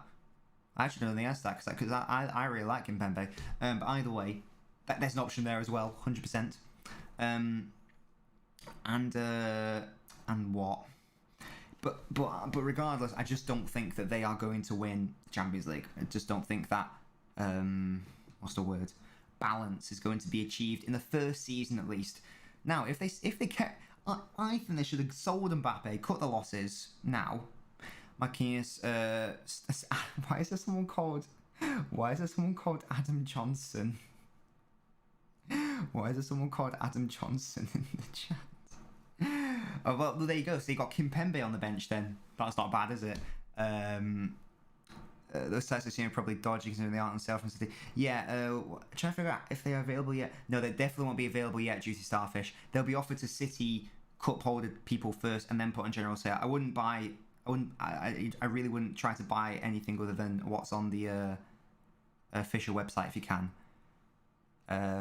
Barca's a joke. Yeah, we'll have a look at Barcelona in a second because, oh well. Guys, if you want to learn more about the Barcelona financial situation, go subscribe to my YouTube channel, LNobbins FC. Anything else? A couple of league deals. Ren confirmed signing of whoever that guy is. PSG have been spraying cash everywhere. Defense Champions League signed. Left back Gabriel Goodmanson. Here we go. Someone Rondon links up with Benitez. Hey, so Kieran's going to be happy. You got his boy Rondon. I reckon it's good on a free transfer from Dalian Pro. Run and play for Benitez in Newcastle and in China. Well, there you have it. Lovely, lovely stuff. For them, pay attention to its new section. Which, yeah, exactly. Pablo Sarabia joined Sporting from PSG on loan. Deal completed and signed. Very good. Very, very good. So a bit of a relationship between PSG and Sporting blossoming there. Guys, what is the number one signing of the transfer window? And I don't mean, you know, which is the best player, because obviously the answer is Messi. What do you mean, what's his fit? Hello, look at me. I'm a beautiful man. Nora's old juicy starfish. Yeah, let me know. What do you guys think is the best signing of the transfer window in terms of how much it elevates the side? So, for example, you might say Varane, because he makes United, you know, defensively sound, for example. Griezmann to Atletico, really? I don't think he improves them that much. They've got Felix and Suarez, haven't they? Lukaku, that's a potential good shout from Mahoney. Dini, says Ben. Lukaku to Chelsea. No, I think it's a good shout, Jack. I think it's a good shout. Yes, Kieran, we were just talking about Rondon. I was like, yes, Kieran's gonna be happy. Look how much, yeah, exactly, elevating the stock market. I meant more on the pitch for the flops. And Kieran, let me know what your thoughts are on which signing has been the most pivotal and which will raise their, not just today, but in general, which will raise the squad higher than before. Don't say Rondon. I know you want to say Rondon. If you have to sign a deal, I agree, Jack. That's why I think Varane might be up there. Barca in the mud with the €80 million loss. It is funny, isn't it? It's very funny. In fact, let's have a look at them right now, shall we? Let's have a look at the whole Barcelona thing. Barcelona transfers. Transfer marked. There we go. So this is an interesting one because Emerson has now gone to Spurs. So they signed him and sold him. Bit of a weird one. Depay's coming on a free but wages. Aguero's coming on free wages. Garcia free wages. And finally, they've been able to register these players. Good for them, but look at all these outgoings that they've had to make. Emerson, there you go. Junior Firpo, gone. Where are the other main ones? I mean, Messi's not there. Oh, there you go. Yeah, Messi is obviously the main one. Antoine Griezmann's not on there, but he will be confirmed shortly. Demarai Gray won't play. What a man! He's gonna be like Ben Crosby. To be fair, I do think Demarai Gray is going to be a really good signing for them, especially given the price as well. Very good indeed. But yeah, Barcelona are just an absolute shit show. And as I've discussed, guys, if you want to learn more about that, I've done an in-depth video on my YouTube channel. City should have gone in for Nuno Mendes, only 40 million supporting sector alone. But the issue with that, Rue, is that City have 5 players who can, well, they had 5 players. One of them got locked up for being a potential sex offender. But they have 4 players who can play at left back. Whether they can, varying degrees of quality at left back, but Zinchenko and Cancelo are more than adequate at left back. And they're not old, so I don't think Nuno Mendes would have been a good signing. I think it would have been a waste of money, to be honest, from my perspective. But we've got Thomas in the chat. How you doing, Thomas? City just needed a striker, really, for the final piece, and maybe Torres can be that solution. But that remains to be seen. Yeah, he can fuck off. Mendy's such a weird guy, man, in many ways. And it's innocent to proving guilty, but it's not looking good for him. Is it? No, it isn't. I want to have a look at the Bayern Munich transfers now. Let's have a look at this update. Here we go. Chelsea seal loan deal for Saul. It's official. Saul Niguez has joined Chelsea on loan. Blues fans, I'm one of you now, and I can't wait to wear the shirt he cheers. But what number, Sal? What number? I still start Cancelo left back. I prefer Cancelo left back as well. You're so disappointed with the window, but Thomas, you know, Jack Grealish, he's got beautiful hair. And Zinchenko's great, and Cancelo at left back is also great, to be honest. But let's just have a look. Let's just remind ourselves of the absolute joke. If I was a United fan, I'd be really annoyed because I still maintain that DM is the main player that you have to get. Sal might be huge as Mahoney. Do you think he'd start though? I think Kante and Jorginho would start. But yeah, this is Bayern Munich's transfer window. Yes, here it is. So in terms of oh wow, Jerome Boateng doesn't have a club. What? Javi Martinez has gone. Oh wow. Okay, I didn't realize that. I knew that David Alaba had gone to Real, but wow, did you guys know that Boateng's not going to play? I didn't realise that. Wow. Fair enough, he's only 32 as well. Do you remember when he was like the best defender in the world? Like a few years ago.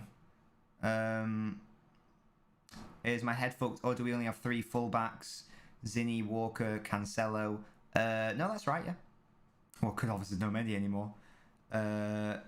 Signed for Leon. Oh, is that true? No, well then. That's a massive step down. Good God, he's only 32. Poor guy. Well, unless Ollie uses Van der Beek. James says Kieran. I don't see where Sal will fit unless he's I assume he's a backup, honestly. Midfield's in the bin when it comes to depth. I think Sal will be great depth. Fair enough. Is he going to be happy with depth, though? Or is he going to want to start a bit more? I don't know. But yes, by me, look at these signings. Yes, Upamecano, sure. Get rid of Boateng, bring in Upamecano. This Sabitzer one just seems like a kick in the dick. Honestly. Did they really need him? Did they really need him? I don't know if they did. Just seems an odd one to me. And it just seems more like we're going to weaken a rival rather than like bother about strengthening ourselves. It just seems a bit sus to me. But that's Bayern Munich in a nutshell, isn't it? Next, crucial people can't say. Well, if one gets injured, then we're absolutely fucked. Also, if Ferran's injured. Yeah, if Walker's injured, then Cancelo can play there. So it's only if 2 get injured, really. To be honest. And you'd be fucked whatever happens in that situation. Buying a little rats, yes, exactly. You little rat. That's to you, Bayern Munich, you little rat. Confirmation. You little rat. There you go. You know what it is? Them signing all their players. Bullshit. Bullshit. It's kind of bullshit, isn't it? Yeah, I've talked about it before. Like the equivalent would be like City going, yeah, we'll have Bruno Fernandes. Yeah, we'll sign him. You know, sure, who's that? We'll have Mason Greenwood. Just seems like a really weird situation there. I think I will do a video because interestingly, guys, part of the reason why Bayern are allowed to do that is because of the 50+1 rule, which everyone has been wanking over since the whole Super League situation. It's actually potentially not as good as it's made out to be. It's a good rule, but there are issues with it potentially that I do want to go into in a detailed YouTube video, because that's one of the reasons why Bundesliga is basically just a one-team league dominated by Bayern Munich. The 50+1 rule is sort of holding a lot of clubs back. That's something to explore at a later date. We have no cover if one gets injured. That's shocking. Well, if Walker gets injured, then it's Cancelo, and then you got Zinchenko on the left as well. If two get injured, then you're fucked. Yeah, but you know, if Fran's injured, probably if Fran's injured, then and it's not ideal. But you've got so many players who can, in theory, play a false nine. So that would be the situation there, I suppose. Oh, goodness me. But yeah, that's Bayern Munich for you. And let's just have a look at Real Madrid, shall we, as well? Let's have a look at Real Madrid, because they've been busy babes to an extent throughout this window as well. They wanted to get that. They couldn't quite get their man. In Kylian Mbappe.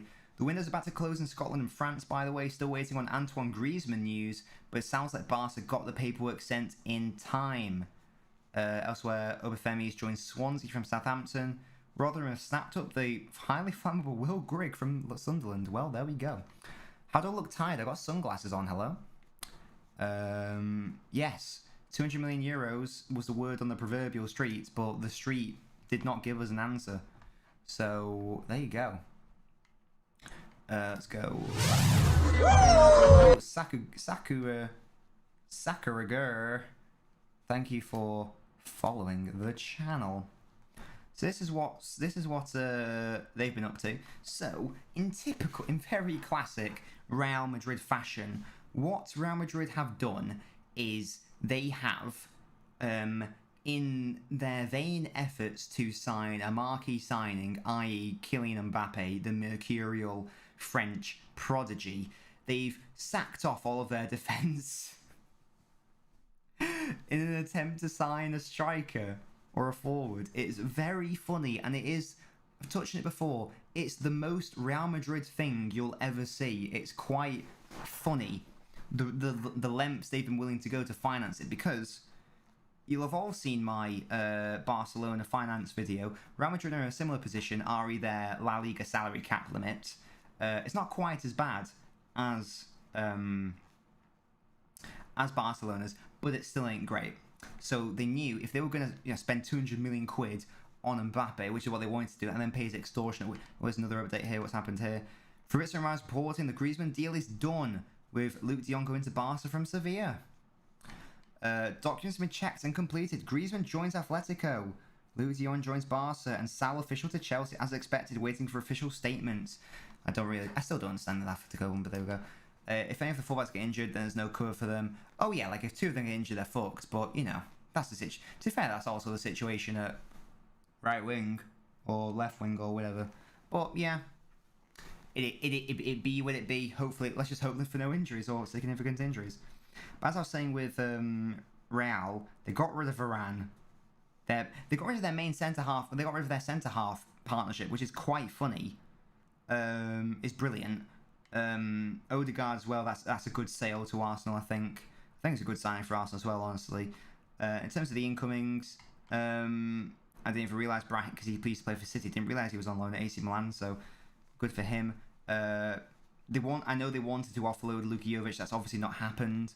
So no idea what he's going to do. Ceballos has come back. He's not good enough. Odegaard's obviously gone. Gareth Bale's come back in. Does he realistically have a future at Real Madrid? Almost definitely not. God, he seems older than 31, just to the amount of shit he's been going through. Well, apparently Ake and Laporte are some sort of centre backs like that can play there. Yeah, exactly. Ake and Laporte can play at left back, but as you say, they aren't fullbacks. Like Laporte's fine. I'd rather have Laporte than Mendy for many reasons, but he's not got pace realistically, so he's not really a left back. But he's very good, Laporte. But yeah, the main signings are David Alaba. Bale's been starting the games. Yeah, but just because he's starting doesn't mean he has a genuine future. Like, he doesn't want to be there, does he? Like, we all know that Bale basically hates Real Madrid, and that he doesn't want anything to do with the club unless Ancelotti can like come in and change his mindset. But I think we've known for a while that Bale and Real Madrid, especially Bale and the Real Madrid fans, and now the fans are back in the stadium. I've spoken to lots of Real Madrid fans who hate him. Hey, Baldy. And it's not on insignificant wages either. In fact, is there a way I can find out his wages? If I click on him, can you tell me how much he's on? Well, his contract ends. Oh, his contract ends next year. Actually, that's interesting. The window's closed in Scotland and France. Celtic are working on a late loan move for Spurs defender Cameron Carter-Vickers. While St Johnstone have loaned in Brighton defender Lars Den Donker, brother of Wolves Leander. There you go. 600k. Yeah, that's mad. So he's not on insignificant wages. I'm sure they would have wanted to move him on at some point. Same with Luka Jovic, but they might just have to take a big L on Gareth Bale, maybe leaving on a free next year. To no idea where he's going to go. David Alaba, I think, is a brilliant signing. He can play centre half. He can play on the left. He can even play in defensive midfield. He is that good. But speaking of midfield and potentially defensive midfield, Camavinga, this could be a huge deal for Real Madrid if it works out. Just look at that market value. 50 million quid. And they got him for 28 million because Rennes had to sell because, he was not going to sign a new deal and they were going to let him go. He only had 1 year left on the contract. He's only 18. He's not nominally a defensive midfielder by trade. However, he is young enough to be moulded into that player. He could be anyone at this stage. He could be an outright defensive midfielder. He could be more of a box-to-box player. He could be more of a number 8. Who knows? But that could be a fabulous signing for Real Madrid. It could be a fabulous signing for Real Madrid. They would just be annoyed that they couldn't get their man, Kylian Mbappe. But I'm confident that either in January or next season, he will play. He will be in a Real Madrid shirt. It's just going to happen. He's not signing an extension with PSG. He doesn't want to.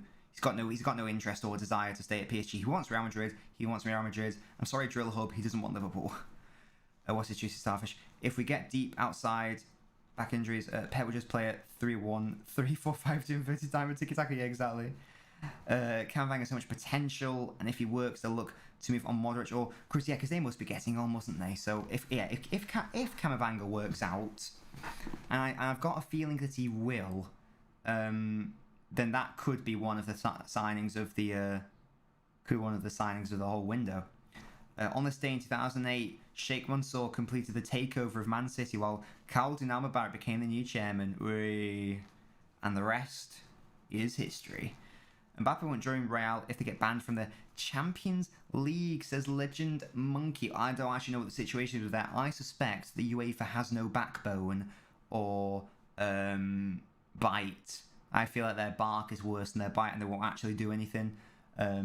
We'll have to see. We'll have to see. I hope that Real Madrid and Barca and Juventus get banned from the Champions League because they still haven't given up the Super League thing. They still want it to happen. So why are we entertaining them staying in the Champions League? I have no idea. But that is the situation.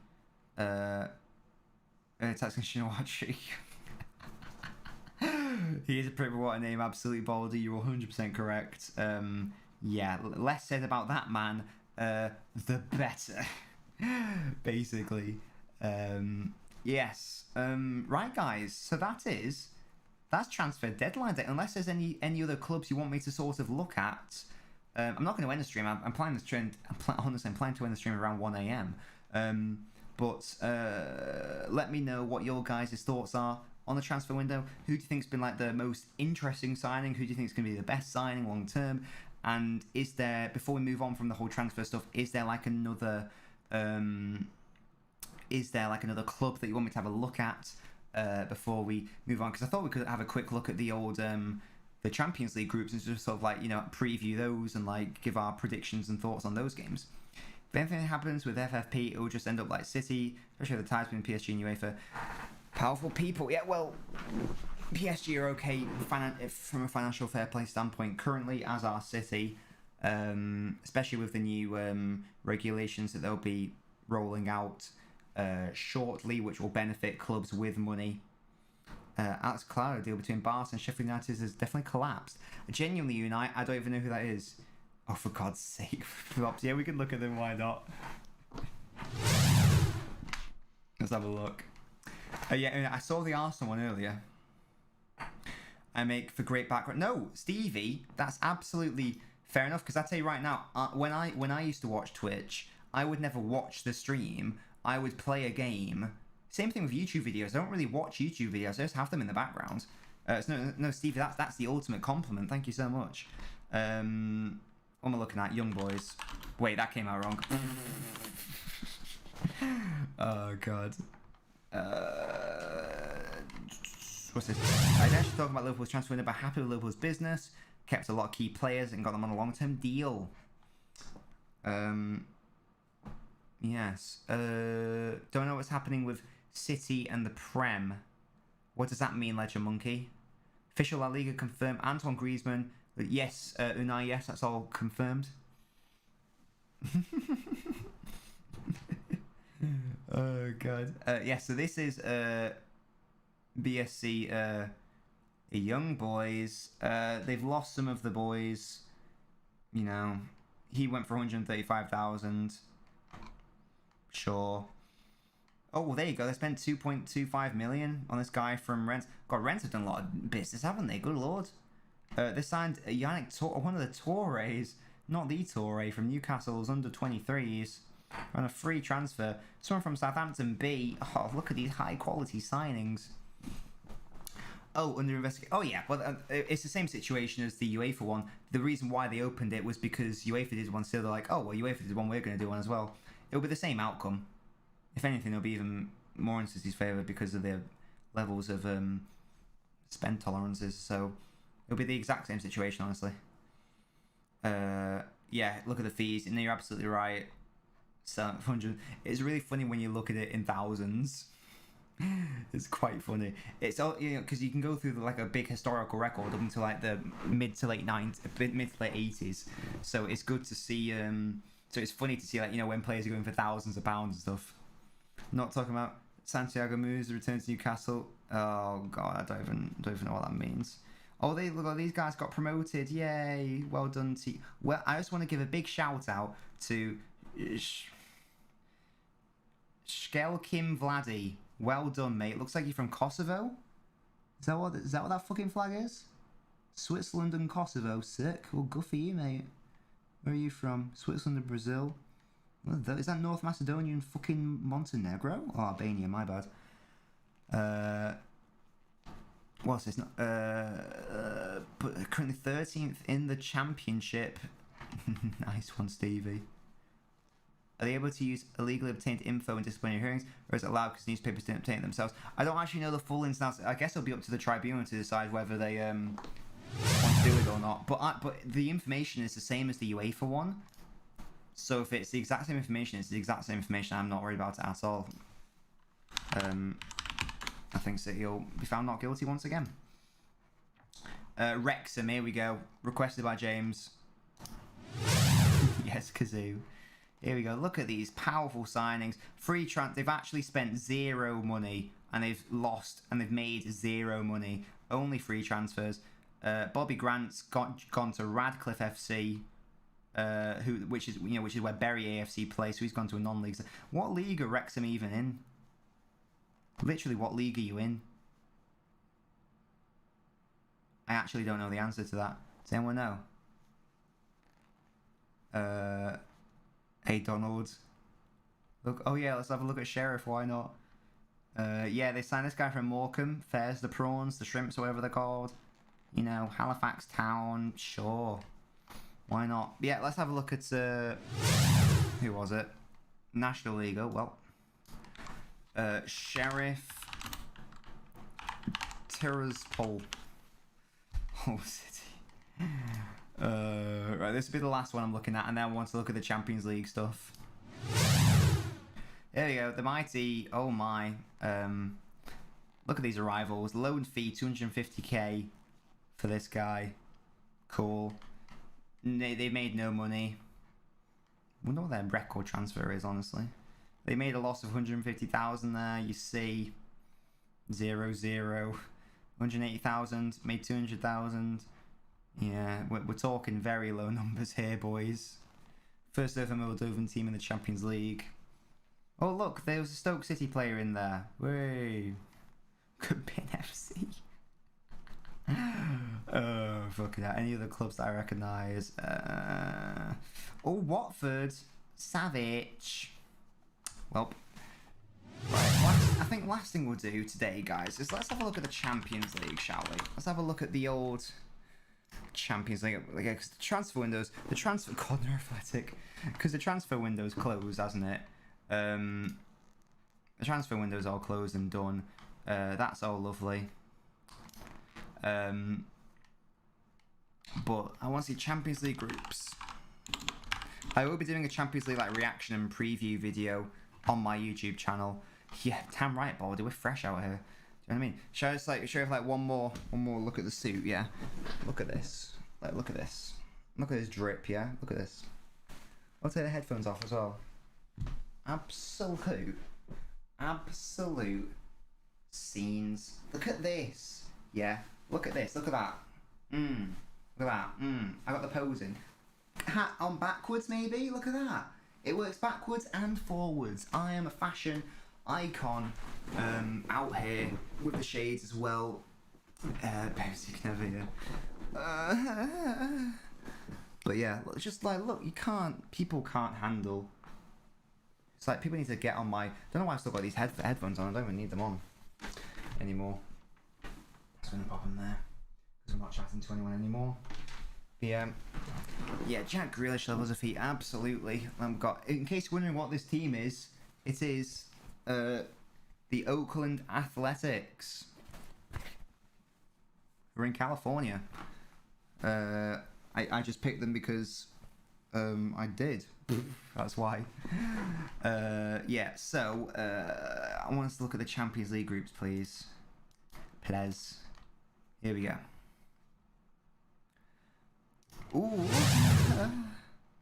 Here we go. In fact, let's go full on internet, shall we? Boom, boom, shake the cunting room. Now then, let's see what we see in a world of pure imagination. Well, why is that moving? Hello. I want this to move, please. If you want of your paradise. There we go. So, boys, these are... Oh, goodness me, I can make it bigger. Well, I've heard that one before. Right, well, I fucked this, haven't I? Oh, God, what am I doing? Right, there we go. That's better. That's all I want. That's all I want. So, I've got the Champions League groups here, boys. What are our thoughts? What are our thoughts? Just let me know what your thoughts are. I'm vibing. Don't know about you. I still need to get my lawyer. Yeah, damn right you do. Come on, guys, step it up. In case you're wondering, these suits are just from Next. I think it's the same style as the other one. Just double check. There's no label. I'm pretty sure it's from Next. I got them ages ago. Anyway, we got Group A. This is easily the most tasty group. This is the tastiest group by far. Man City, the frauds that are PSG, Paris Saint-Germain. I'm trying to make a fraud pun, but I can't. Well, they're frauds, basically. That's what the F stands for in France. Frauds. RB Leipzig, Bayern Munich have raided them. They ain't shit anymore. Bruges, whipping boys, no points. So I think that's going to be Man City on maximum points. PSG in second, but they will lose on both occasions to City, obviously. Leipzig will get Europa League, but then Bruges are just getting fucked. You think Liverpool's is better? Potentially. Well, look at it. Very short. Yeah, Bruges just the whipping boys. Although I agree with you, Baldy. A is harder, but B is probably going to be more entertaining. Because realistically, even Porto aren't weak. There's no whipping boys in this group. Bruges are going to lose every single game, clearly. Not Unai, genuinely, City are going to batter PSG in both legs. And that's not me joking. City are going to beat them in both legs. I tell you that right now. Definitely Unai. I'm not. Wait, what's that with that Scouse guy? We are being serious. I can't do Scouse. Oh my god, that was awful. But you know what I mean. That clip, I can't do an accent. But you know, the guy is like, I'm being serious. I do think that City are going to twat them over both legs. Honestly, not legs. You know what I mean. In both games. Moving on to Group B. I think Liverpool are going to really struggle here. I don't think they're going to finish top. I've got a feeling that Atletico Madrid are going to finish top. You know, Suarez, João Felix, and now Griezmann. Although they have lost Sal. But I just got a feeling that Atletico are going to come top. They're going to be close. And I think Porto will come last, hopefully, because I don't like Porto. But, you know, AC Milan, Zlatan still plays there as far as I'm aware. Be good to see Tomori play as well. I only do an absolutes. That's the guy I'm doing for the clubs. Yeah, you know. So I do think that will be. I've got a feeling that Liverpool won't win the group. They're not qualified. They're not come second. But I've just got a suspicion that Atletico are going to win that. You know. Liverpool's finished top, Milan second. I think Atletico are going to do really well. You know. Yeah, definitely think Liverpool are going to go through 100%. C. This is one of the shittest groups. Probably the second shittest. Probably. Yeah. I think Dortmund win that comfortably. Now they've lost Nuno Mendes. I'm going to say Ajax comes second. Sporting third. Besiktas fourth. Whatever. Because Haaland is still a thing. Now this is a fun one as well. Inter and Real Madrid. Poor Sheriff, man. They've got to deal with Inter Milan and Real Madrid. And I think that's going to be... Actually, no. I think Real Madrid above Inter... based on who Inter have had to sell. They've had to sell a lot of their players. I still think there'll be more than enough for Shakhtar and Sheriff. So I'll say Real Madrid first, Inter second, then Shakhtar, then Sheriff. Unfortunately, don't see you doing anything.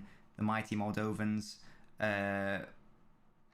Moving on to E. Barcelona are going to... I think they're going to struggle to get second place. Bayern Munich will walk it easily. They'll win all their games.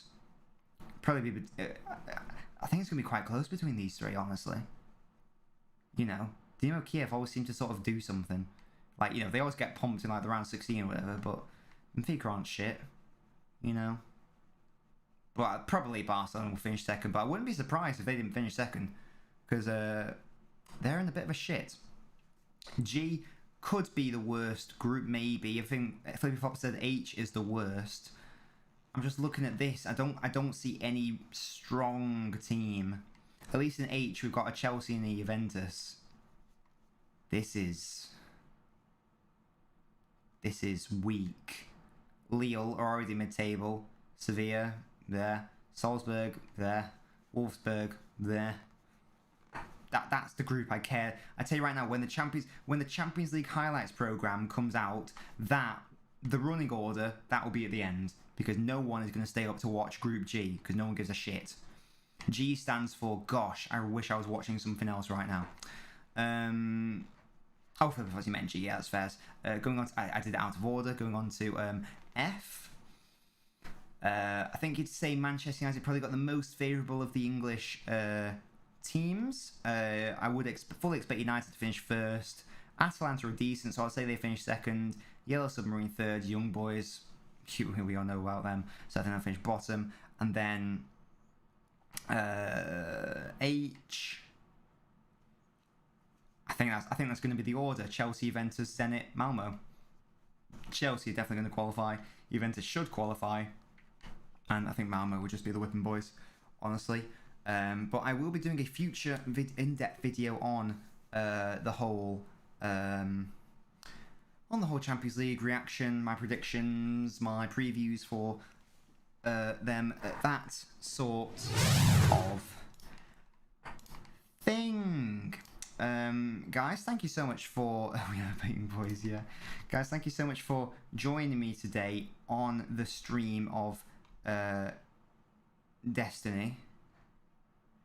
It's been lovely having you all on. When we had a chat, it was good stuff, good fun. But I do think that it's half midnight. We've been streaming since 9 o'clock, so it's been a long stream. Was that 3.5 hours? That's quite a long time, isn't it? But that was transfer deadline day, guys. A couple of interesting last minute transfers. Particularly the whole Griezmann Sal one, that was particularly interesting. City not really anywhere to be seen. Loaned out a couple of players. FSG in, says Baldy. And no defensive midfielder for United, nothing more for Liverpool. Mbappe stays put for now at least. Thank you guys so much for joining me today. Hope you've enjoyed it. The next stream will be England on what's the date today? Tuesday, Thursday. England play Hungary on Thursday, I think, or they play someone on Thursday, 7:45. So I will be streaming that game. So you're more than welcome to join me if you would like to. But until then, guys, eat ye, skeet delete. Have a lovely evening. I'm gonna go get out of this suit because I'm fucking roasting, and I will see you next time. Bye.